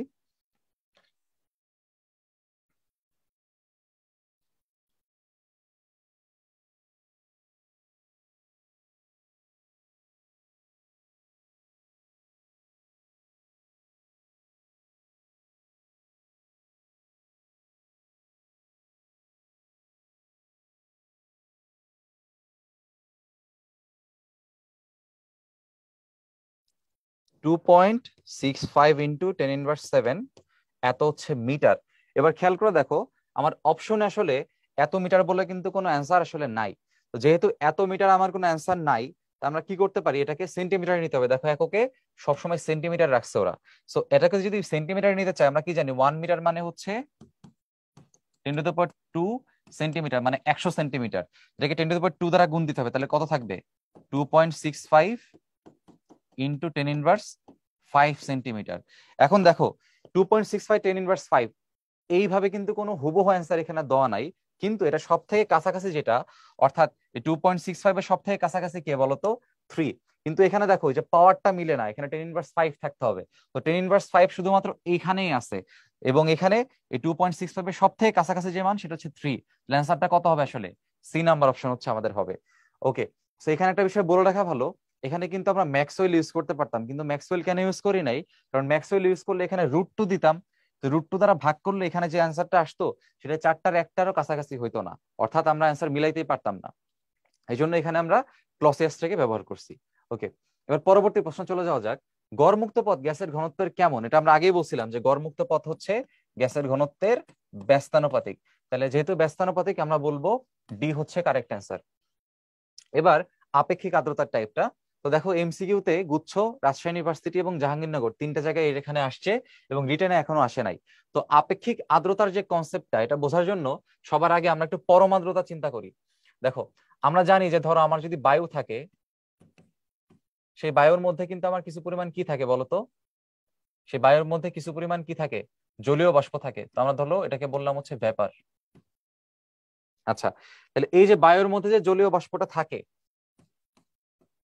সংক্ষেপে লিখলাম জলীয় বাষ্প, জবা। ঠিক আছে, এবার খেয়াল করো পরম আর্দ্রতা তাহলে আসলে কি বোঝায়? আমাদের আপেক্ষিক আর্দ্রতা, পরম আর্দ্রতা, দুই কনসেপ্টই ক্লিয়ার থাকতে হবে। পরম আর্দ্রতা মানে বোঝা হইতেছে যে তোমার বায়ুতে, সহজ ভাষায় তোমার বায়ুতে কতটুকু জলীয় বাষ্প আছে, অর্থাৎ তোমার বায়ুটা কতটুকু আর্দ্র, অথবা কতটা সিক্ত, অথবা কতটা শুষ্ক। ঠিক আছে, তাহলে এখানে পরম আর্দ্রতার ক্ষেত্রে খেয়াল করো, যত বেশি জলীয় বাষ্প বায়ুতে থাকবে তোমার বায়ু তত বেশি আর্দ্র হবে, আর যত কম জলীয় বাষ্প থাকবে তোমার বায়ুর আর্দ্রতা তত কি হবে, কম হবে। তাইলে এইখানে তোমার পরম আর্দ্রতার ক্ষেত্রে যখন আমরা হিসাব করি তখন আমরা এইভাবে চিন্তা করি যে উপরে থাকে হচ্ছে জলীয় বাষ্প আর নিচে থাকে কি বায়ু, মানে একক আয়তনের বায়ু। তো এই বায়ু যেটাকে চিন্তা করা হয় সেটাকে এইভাবে বলা হয় যে একক আয়তনের বায়ুতে, তাহলে আয়তনের একক কি মিটার কিউব, আর বলা হয় কতটুকু বা কত পরিমাণ জলীয় বাষ্প থাকে, তো পরিমাণের যে এককটা মানে ভরের এককটা হচ্ছে কেজি, তাহলে পরমাদ্রতার যে এককটা হবে সে এককটা কি হবে কেজি মিটার ইনভার্স 3। তাহলে এটা হচ্ছে আমাদের একক হবে, এককটা মনে রাখো। ওকে, সো পরম আর্দ্রতার একক আর আপেক্ষিক আর্দ্রতার একক কিন্তু আসলে সেম না। ঠিক আছে, এবার দেখো আপেক্ষিক আর্দ্রতা আসলে আমরা কি বুঝাই। আপেক্ষিক আর্দ্রতা বলতে বুঝাই ধরো এখানে দুইটা বায়ুর যে পাত্রটা আছে বা যে আমাদের কন্টেইনারটা আছে তাদের আয়তন কিন্তু সেম, কিন্তু খেয়াল করো এখানে জলীয় বাষ্পের পরিমাণ কি অনেক কম আর এখানে জলীয় বাষ্পের পরিমাণটা কি অনেক বেশি। যখন জলীয় বাষ্পের পরিমাণটা বৃদ্ধি পায় তখন সেখানে রিলেটিভ হিউমিডিটি বা আপেক্ষিক আর্দ্রতা কি পায়, বৃদ্ধি পায়। আর যেখানে জলীয় বাষ্প কম সেখানে আপেক্ষিক আর্দ্রতা কি থাকবে, কম থাকবে। এই হচ্ছে মোটামুটি আমাদের আপেক্ষিক আর্দ্রতা আর হচ্ছে আমাদের পরম আর্দ্রতার মধ্যে আলোচনা। আপেক্ষিক আর্দ্রতা কেন বলা হয়, কারণ এটা হচ্ছে উপস্থিত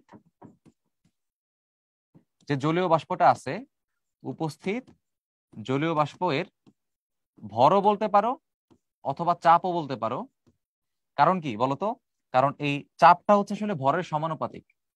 ঠিক আছে, এই জন্য ভর বা চাপ একটা বলাই যাবে, কারণ তুমি আসলে অনুপাত করবা। ডিভাইডেড বাই হইতেছে সর্বোচ্চ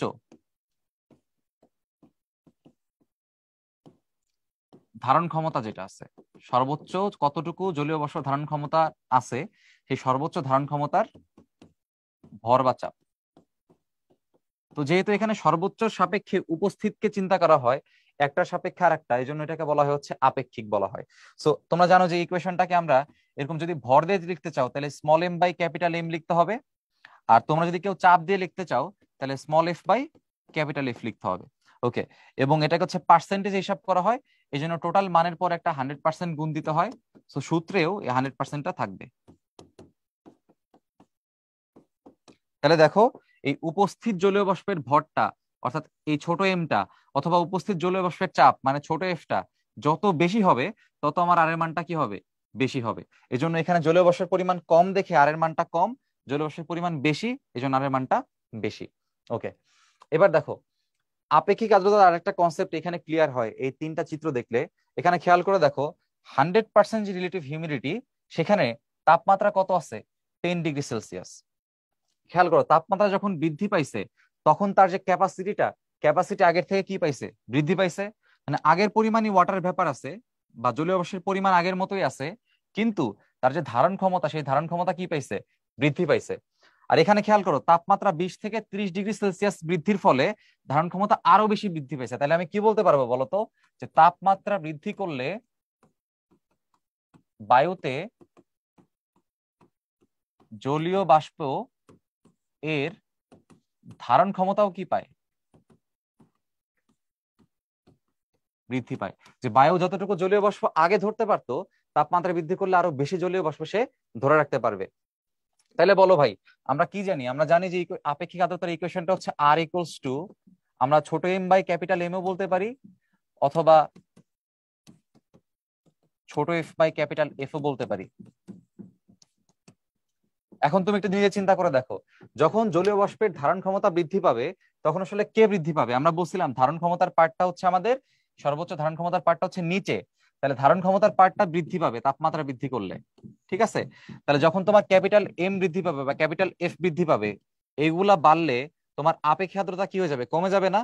এজন্য খেয়াল করে দেখো যে যখন তোমার তাপমাত্রা বৃদ্ধি করা হয়েছে তখন এই নিচের হরগুলো বৃদ্ধি পাইছে এবং আপেক্ষিক আর্দ্রতা 100 থেকে কমে 52 এবং 52 থেকে কমে কত হয়েছে, 28 ডিগ্রি সেলসিয়াস, 28% হয়েছে। ওকে, আশা করি এই পোর্শনটা আমরা সবাই বুঝতে পারছি। এবার দেখো যেই নর্মাল সূত্র আমরা সবাই জানি সেই সূত্র নিয়ে আলোচনা করা হয়েছে। তোমরা জানো যে শিশিরাঙ্ক বলতে আসলে আমরা কি বুঝি, আমার এই রুমের ধরো 50 গ্রাম জলীয় বাষ্প আছে, তা আমার রুমের ধারণ ক্ষমতা যদি 50 গ্রামই হয় তাইলে কি সে একদম কানায় কানায় পূর্ণ আছে, মানে সম্পৃক্ত আছে। তাহলে ওই তাপমাত্রা হচ্ছে আমাদের শিশিরাঙ্ক হবে, মানে যেই তাপমাত্রায় রুমে উপস্থিত জলীয় বাষ্প দ্বারাই আমি ধারণ ক্ষমতাকে কি করতে পারি, স্যাটিসফাই করতে পারি বা সম্পৃক্ত করতে পারি সেটাকে আমরা বলি হচ্ছে শিশিরাঙ্ক। আচ্ছা, তাহলে শিশিরাঙ্কের সংজ্ঞাটা এখানে বলা আছে। পরম আর্দ্রতা বলতে কি বোঝায় সেটা আমরা বলছি যে একক আয়তনে উপস্থিত জলীয় বাষ্প, অর্থাৎ উপরে জলীয় বাষ্প, নিচে হচ্ছে বায়ু। আমরা আগে আলোচনা করে ফেলছি। আপেক্ষিক আর্দ্রতা বলতে কি বোঝায় সেটাও আমরা বলছি। তবে এখানে আরো কিছু বিষয় বলা উচিত, যে ছোট এফটা আসলে কি জিনিস বলতো। ছোট এফ হচ্ছে উপস্থিত জলীয় বাষ্প বা শিশিরাঙ্কে জলীয় বাষ্পের চাপ। আর এই ক্যাপিটাল এফটা হচ্ছে বায়ুতে ওই তাপমাত্রায়, কক্ষ তাপমাত্রায় আসলে, সো ওই তাপমাত্রায় বায়ুতে সম্পৃক্ত জলীয় বাষ্প চাপ। মানে নিচে সবসময় তুমি দেখবা সম্পৃক্ত জলীয় বাষ্পের কথা বলা থাকে, সম্পৃক্ত জলীয় বাষ্পের চাপ। আচ্ছা, এখন এখানে একটা ছোট্ট এক্সাম্পল আমরা দেখতে পারি, ছোট্ট একটা চিত্রের মাধ্যমে চিন্তা করতে পারো। ধরো তোমার সবসময় ধারণ ক্ষমতা হচ্ছে, ধরে নাও তোমার সবসময় ক্যাপাসিটি হচ্ছে ধরো 20°C আছে এখানে, আর ক্যাপাসিটি মনে করো হচ্ছে 50 গ্রাম জলীয় বাষ্প ধরে নাও, আর তোমার উপস্থিত আছে ধরে নাও হচ্ছে 50 গ্রাম। এবার আমরা যেটা করব সেটা হচ্ছে, ধরো আমরা তাপমাত্রা কমাই দিছি, অর্থাৎ তাপমাত্রা 25 থেকে 20 থেকে কমাই ধরো 15°C করছি। তাহলে আমরা কি বলছি, যে তাপমাত্রা কমাইলে তোমার তো পরিমাণ কমবে না, তাই না? তো গ্যাসের পরিমাণ আগের মতোই থাকবে, জলীয় বাষ্পের পরিমাণ আগের মতোই থাকবে, ধরো 50 গ্রামই থাকবে।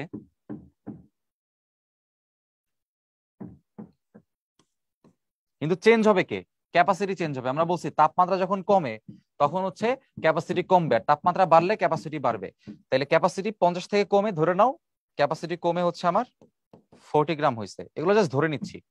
আচ্ছা, তাহলে বলতো তাপমাত্রা যদি আমি বৃদ্ধি করি, মানে ধরো তাপমাত্রা বৃদ্ধি করে আমি 25°C করছি, তাহলে আমার যে উপস্থিত জলীয় বাষ্পের পরিমাণ তো আর চেঞ্জ হবে না, তাই না?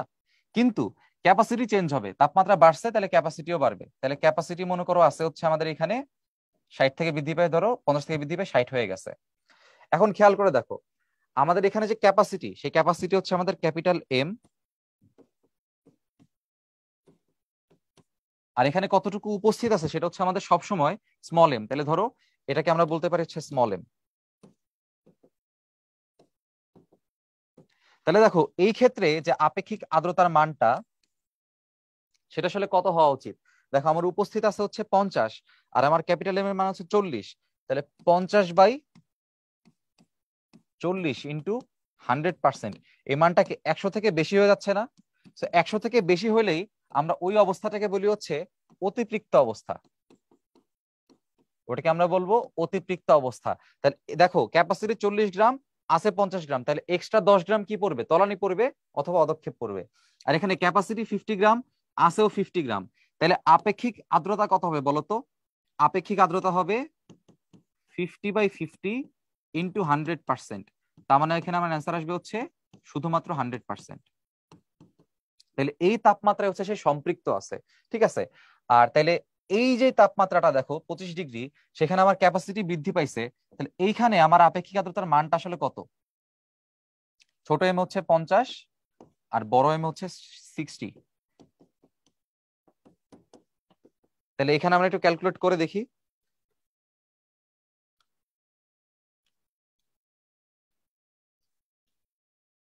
ওকে, সেটা আসে হচ্ছে 83.33%। তাহলে খেয়াল করে দেখো, একই কক্ষ, একই পরিমাণ জলীয় বাষ্প আছে, কিন্তু তাপমাত্রা বেশি করলে সেই রুমটা হয়ে গেছে অসম্পৃক্ত। আমরা এটাকে বলতে পারি অসম্পৃক্ত। 100 কম যা থাকবে সব অসম্পৃক্ত। তাহলে তাপমাত্রা বৃদ্ধি করলে সে হয়ে গেছে অসম্পৃক্ত, আর তাপমাত্রা হ্রাস করলে সে হয়ে গেছে অতিপৃক্ত। তাহলে সে সম্পৃক্ত আসলে কোথায় আছে বলতো? সে সম্পৃক্ত আছে হচ্ছে এই 20°C, অর্থাৎ তার ক্যাপাসিটি 50, আর সে 20°C তার লাগেও আসলে কত বলতো? মানে তার লাগেও 50 আর তার আছেও 50। তাহলে ওই উপস্থিত জলীয় বাষ্প দ্বারাই কিন্তু সে কি হয়ে গেছে? সম্পৃক্ত হয়ে গেছে। আর ওই যেই তাপমাত্রায় সম্পৃক্ত হয় সেই তাপমাত্রাকে কি বলা হয়? এই শিশিরাঙ্ক বলা হয়। তাহলে আমি কি বলতে পারি, আমার এই 20°C আসলে কি জিনিস বলতো? শিশিরাঙ্ক। তাহলে এই 20°C যদি আমার শিশিরাঙ্ক হয়, তাহলে খেয়াল করো শিশিরাঙ্কে যতটুকু জলীয় বাষ্প আমার উপস্থিত আছে, এই যে শিশিরাঙ্কে জলীয় বাষ্প যতটুকু উপস্থিত আছে বা জলীয় বাষ্প যতটুকু চাপ দিবে, আমার প্রত্যেকটা রুমে কিন্তু উপস্থিত জলীয় বাষ্পের পরিমাণ ওইটাই, অর্থাৎ ওই 50 গ্রামই। তাইলে দেখো ওই নির্দিষ্ট তাপমাত্রা চেঞ্জ করলে যে জলীয় বাষ্পের পরিমাণ যা থাকতেছে শিশিরাঙ্কে আমার একই আছে। তাহলে এই জন্য উপস্থিত জলীয় বাষ্প আর শিশিরাঙ্কের জলীয় বাষ্পের বিষয়টা আসলে কি জিনিস? একই জিনিস। ওকে, এবার গ্লেসিয়ারের সূত্র তোমরা জানো যে আমরা এখান থেকে লিখতে পারি হচ্ছে theta equals to θ1 minus G θ1 minus θ2, যেখানে এই θ1 θ2 সম্পর্কে আলোচনার একটা বিষয় আছে, সেটা হচ্ছে আমাদের এই দুটো থার্মোমিটার দেখতে পাচ্ছ, দেখো একটা ড্রাই থার্মোমিটার আর একটা ওয়েট থার্মোমিটার। তাহলে এইখানে আমার যে ড্রাই থার্মোমিটার যেটা আছে, এই থার্মোমিটারের যে রিডিংটা আসবে সেটা হচ্ছে আমাদের θ1, মানে শুষ্ক থার্মোমিটার রিডিং হচ্ছে θ1। তো মনে রাখবো এই θ1টা তাইলে শুষ্ক থার্মোমিটারও বলতে পারো অথবা কক্ষ তাপমাত্রাও বলতে পারো। ওকে, আর এটা খেয়াল করো ওয়েট, এটা খেয়াল করো যে এখানে একটা পানির মধ্যে ডুবানো আছে। তাহলে এই ওয়েট যে থার্মোমিটার আছে তার যে তাপমাত্রা তাকে আমরা বলবো হচ্ছে θ2। ওকে, সো এখানে θ1 θ2 আশা করি বুঝছি। θ2 হচ্ছে আমাদের সিক্ত অথবা আর্দ্র যে থার্মোমিটার আছে তার পার্ট। ওকে, সো θ1 θ2 বুঝছি। আর এখানে জি কি জিনিস? জি হচ্ছে আমাদের গ্লেসারের উৎপাদক। তো তোমাকে কনফিউজ করার জন্য অনেক সময় এই জি এর মানটা এই দুটো তাপমাত্রাতে দেওয়া থাকে, বাট মনে রাখবা এই গ্লেসারের উৎপাদক নিতে হবে θ1-এ, মানে কক্ষ তাপমাত্রা হিসাব করতে হবে। হ্যাঁ, ওকে, এবারে দেখো বলছে θ1 মাইনাস θ2 যত বেশি হবে আপেক্ষিক আর্দ্রতা তত কম হবে। তো এটার লজিকটা আসলে কি? লজিকটা হচ্ছে এমন যে আমরা জানি যে ধরো আর এর মানটা হচ্ছে small F by capital F into 100%। এখন চিন্তা করো তোমার θ1 মাইনাস θ2 যত বেশি, দেখো θ1 মাইনাস θ2 যত বেশি, তোমার θ1 থেকে তুমি এই মানটাকে তত বেশি বাদ দিচ্ছ। তাহলে তোমার থিটার মানটা কি হয়ে যাবে? এই θ1 থেকে যত বড় মান বাদ যাবে থিটার মানটা তত কি হয়ে যাবে? ছোট হয়ে যাবে। তার মানে এটা যত বেশি হবে তোমার শিশিরাঙ্ক তত কমে যাবে। আর শিশিরাঙ্ক কি একটা তাপমাত্রা? তো তাপমাত্রা যত কমবে ওই চাপটা কি হবে? তত কমবে। তাহলে চাপটাও তখন কমে যাবে। আর দেখো যখন চাপটা কমবে তখন আপেক্ষিক আর্দ্রতাটা কি হয়ে যাবে? কমে যাবে। এজন্য আমরা বলি যে θ1 মাইনাস θ2 যত বেশি হবে আপেক্ষিক আর্দ্রতা তত কম হবে। তো এটার কিন্তু প্রশ্ন একটু পরে আছে, আশা করি এই জিনিসটা তোমাদের মনে থাকবে। আচ্ছা, আর একটা বিষয় এখানে একটু মনে রাখো যে তাপমাত্রা যদি বৃদ্ধি পায়, মনে রাখবা তাপমাত্রা বৃদ্ধি পেলে গ্লেসিয়ারের যে উৎপাদক সেই গ্লেসিয়ারের উৎপাদকটা হচ্ছে কমে। তো এই কনসেপ্টটা সবাই একটু মাথায় রেখো। দেখো 27°C তাপমাত্রায় বায়ুর আপেক্ষিক আর্দ্রতা আর এর মান বলে দিছে, শিশিরাঙ্কে সম্পৃক্ত জলীয় বাষ্পচাপ বলে দিছে হুইচ ইজ স্মল এফ। তাহলে ওই তাপমাত্রায় সম্পৃক্ত জলীয় বাষ্পচাপ কত, মানে ক্যাপিটাল এফ চাইছে। তাহলে আমরা কি জানি? আর এর মানটা হচ্ছে small F by capital F into 100%। তাহলে এখানে ক্যাপিটাল এফ এর মানটা হবে small F by R into 100%। So small F এর মানটা আসলে কত বলছে? 14 ইন্টু 10⁻³ আর এর মানটা বলছে হচ্ছে 70%, আর এখানে বলছে 100%। তাহলে আমরা এখানে ক্যালকুলেশন করতে পারি। দেখো এই পার্সেন্ট পার্সেন্ট চলে যাবে, এগুলা বাদ, শূন্য শূন্য বাদ যাবে। 7 হচ্ছে 14-র মধ্যে কয়বার যায়? 2 বার যায়। আর এখানে 10⁻³ এর সাথে 10 গুণ হয়ে কত থাকবে? 10⁻² থাকবে। আর এখানে আছে হচ্ছে 2। আর একক কি থাকবে? Metre mercury. এবার দেখো অপশনটা সরাসরি মিলে কিনা। অপশন সরাসরি মিলে নাই, তাহলে আমাদের মিলাইতে হবে। তো দেখো এই মানটা আর যে 20 ইন্টু 10⁻³ হচ্ছে একই। কারণ কি? কারণ হচ্ছে 10⁻²টাকে যদি তুমি 20 বানাচ্ছো, 10 দ্বারা গুণ করছো, তাহলে এই মানটাকে 10 দ্বারা ভাগ করতে হবে। ওকে, সো আমাদের অ্যাকচুয়াল অ্যান্সারটা হবে হচ্ছে সি। এবারে দেখো জাহাঙ্গীরনগর ইউনিভার্সিটিতে একটা প্রশ্ন আসছে, 0°C তাপমাত্রায় জলীয় সম্পৃক্ত বাষ্পচাপ কত? এটা একদম সরাসরি মুখস্থ মান। 0°C তাপমাত্রায় জলীয় সম্পৃক্ত বাষ্পচাপের মান হবে হচ্ছে 4.58 মিলিমিটার মিটার মার্কারি। ওকে, সো এটা হচ্ছে আমাদের অ্যাকচুয়ালি অ্যান্সারটা হবে। তাহলে আমরা একটু দেখে নেই যে এই অ্যান্সারটার সাথে আমাদের আসলে মিলে কিনা।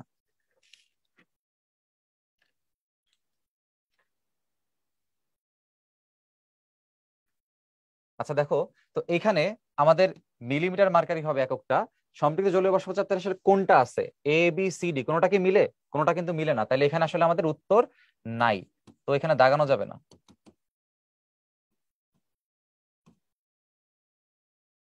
ঠিক আছে, সম্পৃক্ত বাষ্প কোন সূত্র মেনে চলে? ওকে, সো এটাকে ছোট্ট একটা গ্রাফের মাধ্যমে আমরা ব্যাখ্যা করতে পারবো। গ্রাফটা হচ্ছে এরকম, গ্রাফটা মনে রাখবা, তাহলে অন্য জিনিস তোমাদের মনে রাখতে হবে না। ধরো এটা হচ্ছে আমাদের আয়তন আর এটা হচ্ছে আমাদের চাপ। So, আমাদের এই যে রিজিয়নটা এটা হচ্ছে আমাদের সম্পৃক্ত অঞ্চল, আর এই রিজিয়নটা হচ্ছে অসম্পৃক্ত অঞ্চল।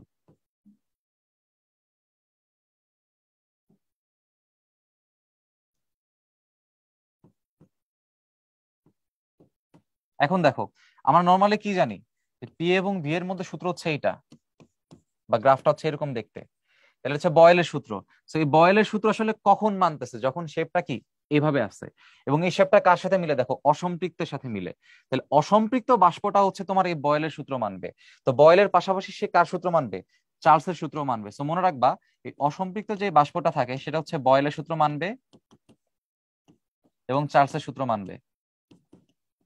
হচ্ছে সূত্রটা মানবে, কিন্তু সম্পৃক্ত যে বাষ্পটা আছে সেটা কিন্তু কোনো সূত্র মানতেছে না। তাহলে সম্পৃক্ত বাষ্প এই বয়েল বা চার্লস কারো সূত্র মানে না। তাহলে বলছে সম্পৃক্ত বাষ্প কোনটা মেনে চলে, আমরা বলছি মানে না।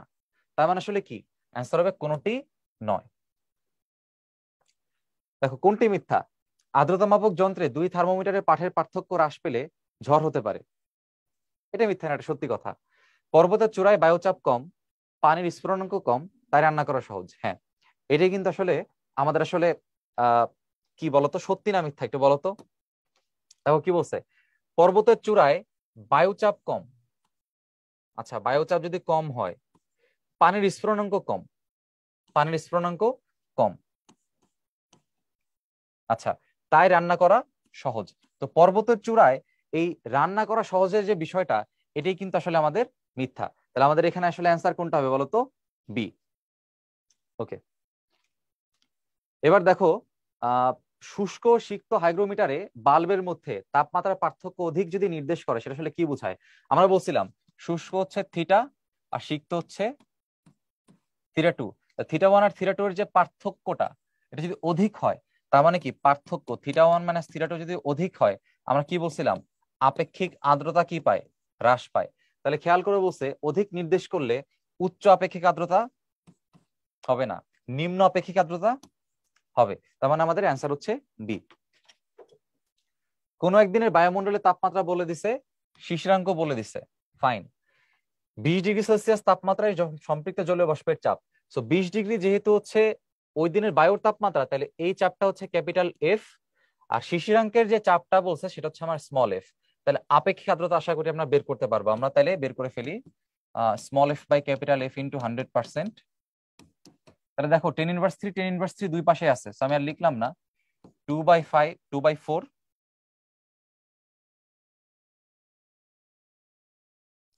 ইন্টু 100%। তাহলে বুঝতেই পারতেছো অ্যান্সার হবে হচ্ছে 50%। হ্যাঁ, তাহলে আমাদের অ্যান্সার হচ্ছে সি। আচ্ছা, জাহাঙ্গীরনগর ইউনিভার্সিটিতে একটা প্রশ্ন আসছে, দেখো শিশিরাঙ্কের সম্পৃক্ত বাষ্পচাপ হচ্ছে ক্যাপিটাল এফ। উল্টায় বলছে না, দেখো তো, শিশিরাঙ্কের যেটা আমরা সেটা জানতাম হচ্ছে স্মল এফ, ওরা বলছে ক্যাপিটাল এফ। ফাইন।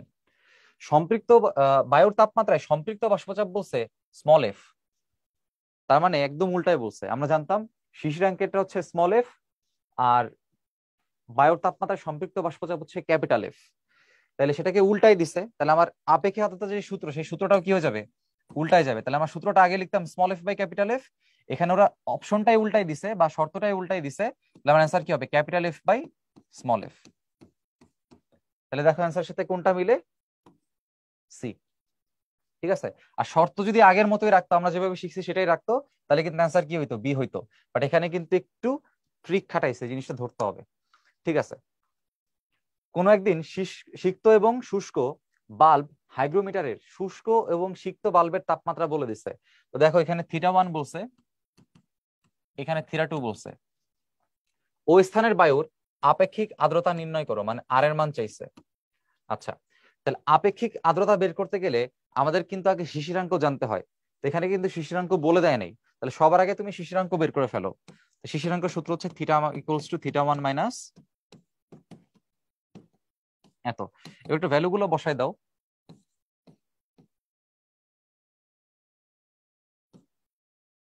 গ্লিসারের উৎপাদক দেখো বলে দিছে 1.65,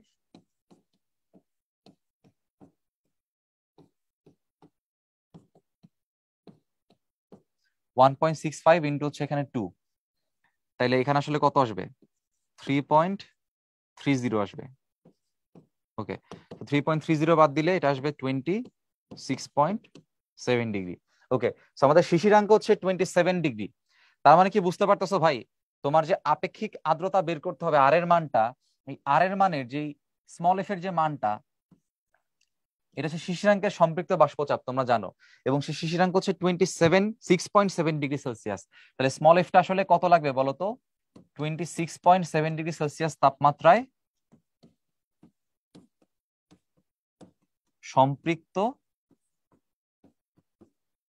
জলীয় বাষ্পচাপ, এটা আমাদের বের করতে হবে। আচ্ছা, সেটা কিন্তু আমাদের সরাসরি বলা নাই, আমাদের বলা আছে কত কত দেখো, আমাদের বলা আছে 26 ডিগ্রি 28 ডিগ্রি।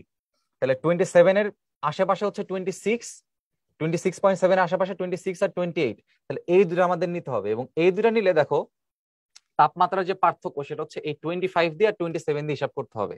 তাহলে আমরা এইভাবে লিখে ফেলতে পারি, দেখো যে 28 মাইনাস 26 ডিগ্রি বা 2 ডিগ্রি সেলসিয়াস তাপমাত্রার পার্থক্যের জন্য তোমার বাষ্পচাপের পার্থক্য হচ্ছে 27 থেকে 25 বাদ, তার মানে 2 × 10⁻³ এত মিটার মার্কারি।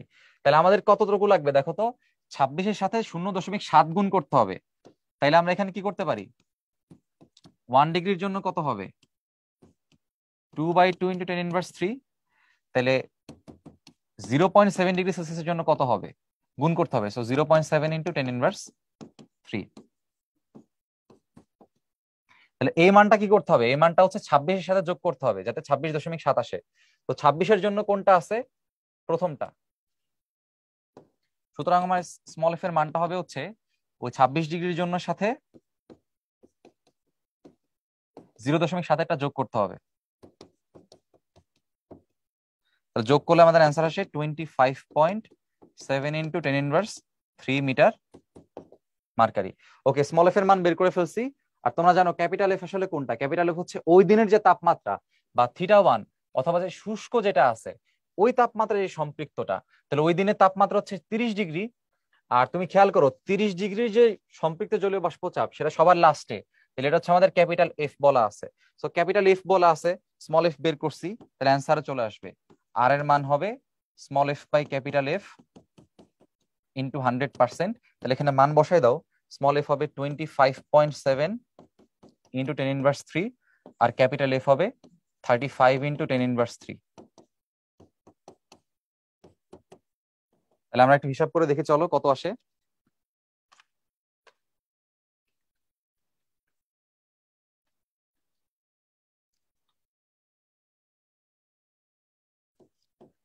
(73.43%) তার মানে আমাদের আপেক্ষিক আর্দ্রতার যে মান সেটা আসবে হচ্ছে 73.43%। ওকে, আশা করি সবাই এই টাইপটা বুঝতে পারছি। এবার দেখো কি বলছে, একটি ঘরের তাপমাত্রা বলছে 30 ডিগ্রি সেলসিয়াস এবং আপেক্ষিক আর্দ্রতা বলে দিছে যে 50%। ওই সময় বাইরের তাপমাত্রা হচ্ছে 10 ডিগ্রি সেলসিয়াস এবং আপেক্ষিক আর্দ্রতা হচ্ছে 70%। তাহলে একটা ঘর নিয়ে আলোচনা করা হচ্ছে, সেই ঘরের আবার একটা জানলা আছে, যে জানলা পরে কি করছে দেখো খুলে দিছে। তাহলে এখানে আমরা হচ্ছে জানালা রাখলাম। তো ঘরের ভেতরে আপেক্ষিক আর্দ্রতা 50%, আমরা এটাকে 0.5 লিখতে পারি, আর তাপমাত্রা আছে 30 ডিগ্রি সেলসিয়াস। তো দেখো 30 ডিগ্রি সেলসিয়াসে যখন সম্পৃক্ত জলীয় বাষ্পের কথাটা বলছে ওই তাপমাত্রায়, তাহলে ওটা কি ক্যাপিটাল এফ, এটা ক্যাপিটাল F1। আর বাইরের তাপমাত্রা যেটা আছে, বাইরের তাপমাত্রা 10 ডিগ্রি, সেই 10 ডিগ্রিতে যেটা বলছে সেটা হচ্ছে আমার ক্যাপিটাল F2। তাইলে আমার ক্যাপিটাল F1 বলা আছে হচ্ছে 32 মিলিমিটার মার্কারি, আর বাইরের ক্যাপিটাল F2 বলা আছে 10 মিলিমিটার মার্কারি। আচ্ছা, আর বাইরের আপেক্ষিক আর্দ্রতা বলা আছে 70%, তার মানে 0.7। এখন আমরা সূত্র কি জানি, আমি যদি ঘরের ভিতরে হিসাব করি, ঘরের ভিতরে আমার কি বের করতে হবে, দেখো আর এর মান বলা আছে, ক্যাপিটাল এফ এর মান বলা আছে, তাহলে কি বের করতে পারো, স্মল এফ টা বলা নাই, তাহলে স্মল এফ টা বের করো। তাহলে আমরা জানি আর এর ইকুয়েশন হচ্ছে ছোট এফ বাই বড় এফ। আমরা এখানে এই যে আর এর যে ভ্যালুটা, এটা দশমিকে বসাবো, এই জন্য 100% লিখলাম না। তাহলে এখানে স্মল এফ এর মানটা হবে ক্যাপিটাল এফ ইন্টু আর। ক্যাপিটাল এফ এর মানটা দেখো বলা আছে 32, আর এর মানটা বলা আছে 0.5, সো গুণ করলে কত আসবে, 0.5, মানে অর্ধেক দ্বারা গুণ করতেছে, তাহলে 16 আসবে। আচ্ছা, তো এটা হচ্ছে রুমের ইনসাইডে জলীয় বাষ্পের যে চাপ সেটা। আর আমরা যদি এবার আউটসাইডে বের করি, সেম ভাবে আউটসাইডে বের করলে F2 এর মান হবে ক্যাপিটাল F2 ইন্টু R2। তো ক্যাপিটাল F2 হচ্ছে 10 আর R2 হচ্ছে আমাদের 0.7, তার মানে আমাদের মান থাকবে 7 মিলিমিটার মার্কারি। তাহলে দেখো রুমের আউটসাইডের চাপটা হচ্ছে কম আর ইনসাইডের চাপটা হচ্ছে কি বেশি। তাহলে রুমের ইনসাইডের যে চাপ, সেই ইনসাইডের চাপটা হচ্ছে বেশি আর আউটসাইডের চাপটা আসলে কি আছে, কম আছে। তো বায়ু প্রবাহের নিয়ম কি, সে ব্যালেন্স করতে চায়, মানে যেখানে বেশি আছে সেই বেশি থেকে কমের দিকে যেতে চায়। তাহলে বেশি থেকে কমের দিকে গেলে বায়ু প্রবাহ কোন দিকে যাবে বলতো, বাইরের দিকে যাবে। তার মানে যেহেতু বাইরের চাপটা কম ভেতরের চাপটা বেশি, সুতরাং বায়ু প্রবাহ বাইরের দিকে হবে। ওকে, সেটাই জানতে চাইছে জলীয় বাষ্প কোন দিকে প্রবাহিত হবে। ঠিক আছে, এবার দেখো রাজশাহী ইউনিভার্সিটিতে 21-22 সালে একটা আসা প্রশ্ন, স্থির চাপে নির্দিষ্ট গ্যাসের আয়তন বলছে 0 ডিগ্রি সেলসিয়াস তাপমাত্রায় 8 মিটার। ওকে, 0 ডিগ্রিতে যে তাপমাত্রায় যে আয়তনটা থাকে সেটাকে আমরা সবসময় বলি হচ্ছে V0। আচ্ছা, এবারে বলছে 25 ডিগ্রি সেলসিয়াস তাপমাত্রায় এত। তো যে কোনো তাপমাত্রা 25 হোক 30 হোক যাই থাকুক না কেন, যে কোনো তাপমাত্রার আয়তনটাকে আমরা বলি হচ্ছে ভি থিটা। ওই গ্যাসটিকে স্থির চাপে, আচ্ছা স্থির চাপে বলছে আয়তন প্রসারাঙ্ক, স্থির চাপে আয়তন প্রসারাঙ্ককে আমরা প্রকাশ করি এই গামা দিয়ে, যেহেতু স্থির চাপ বলছে সো নিচে একটা ছোট করে কি লিখতে হয়, পি লিখতে হয়। তো এই প্রসারাঙ্ক চাইছে, প্রসারাঙ্কের মানটা আসলে কত বলতো, এটার ইকুয়েশনটা আসলে এরকম, আমরা সরাসরি ইকুয়েশনটা লিখি, V theta equals to V0 1 plus gamma P into হচ্ছে থিটা। এখন দেখো থিটার মানটা হচ্ছে এখানে বলা আছে 25 ডিগ্রি, যেহেতু 0 ডিগ্রি রেসপেক্টে এটা সরাসরি হচ্ছে থিটা তুমি বলতে পারবা। এখন দেখো এই মানগুলো সরাসরি বলা আছে, ভি থিটা বলা আছে হচ্ছে তোমার 18, V0 আছে হচ্ছে তোমার 8, তাহলে এই পাশে এটা ভাগ দিয়ে দাও, এ পাশে থাকে কত 1। এই গামা পি এর মান আমরা জানি না, থিটার মান আমরা জানি সেটা হচ্ছে 25। তাহলে হিসাব করো, এখানে কাটাকাটি করলে এটা 9/4, সেখানে আমরা কত লিখতে পারি, 9/4 লিখতে পারি কাটাকাটি করলে 2 দ্বারা, আর 1 এখানে বাদ যাবে, তাহলে এখানে থাকবে গামা পি ইন্টু 25। তাহলে এবার আমরা হিসাব করলে কি পাই দেখো, এই 9/4 যদি তুমি ভাগ করো, 9/4 কে তুমি ভাগ করলে পাবা এটা হচ্ছে 2.25, 2.25। 9/4 কে ভাগ করলে পাবা 2.25, মাইনাস হচ্ছে 1, এখানে আছে গামা পি ইন্টু 25। তাহলে দেখো এই 2.25 থেকে 1 কে মাইনাস করলে কত আসবে, 1.25 equals to gamma P into 25। তাহলে গামা পি এর মানটা কত আসে, 1.25 ডিভাইডেড বাই হচ্ছে 25। এখন ক্যালকুলেশনের হিসাবের সুবিধার্থের জন্য তুমি নিচে কি করো, এই দশমিকটা উঠাই দিতে নিচে 100 দ্বারা গুণ করো, তাহলে এটা যাবে 5 বার, সো 5/100, তার মানে 0.05 এত। এখন অ্যান্সার মিলাই দেখো, তোমার বি হচ্ছে কারেক্ট অ্যান্সার, এখানে এত ডিগ্রি পার সেলসিয়াস হবে হচ্ছে আমাদের অ্যান্সার। ওকে, এবার দেখো বলছে চাপ বৃদ্ধি পেলে স্ফুটনাঙ্ক আসলে কি হয়, আমরা কি জানি, চাপ বৃদ্ধি পেলে চাপ হচ্ছে পি আর স্ফুটনাঙ্ক হচ্ছে এক ধরনের তাপমাত্রা। So আমরা জানি চাপের সাথে তাপমাত্রার সম্পর্ক আসলে কেমন, সমানুপাতিক, তাই না? তাইলে চাপ যদি বৃদ্ধি পায় তাপমাত্রাটাও কি পাবে, বৃদ্ধি পাবে, আর চাপ হ্রাস পেলে তাপমাত্রা কি পাবে, হ্রাস পাবে। তাহলে যেহেতু স্ফুটনাঙ্ক এক ধরনের তাপমাত্রা, তাহলে চাপ বৃদ্ধি পেলে স্ফুটনাঙ্ক কি হবে বলতো, স্ফুটনাঙ্ক বৃদ্ধি পাবে, সে স্ফুটনাঙ্ক হচ্ছে বাড়ে। ওকে, নিউটনের শীতলীকরণ সূত্র, এটা আমাদের খুব বেশি সিলেবাসে ডিটেলস আলোচনা করা নাই, এই জন্য আমরা এটাকে সহজে মনে রাখার চেষ্টা করব। নিউটনের শীতলীকরণ সূত্র হচ্ছে, সরাসরি মনে রাখবা B number. So B number আসলে কি বোঝায়? T1 মাইনাস T2, দুইটা তাপমাত্রার পার্থক্য। এটা হচ্ছে কি বোঝায়?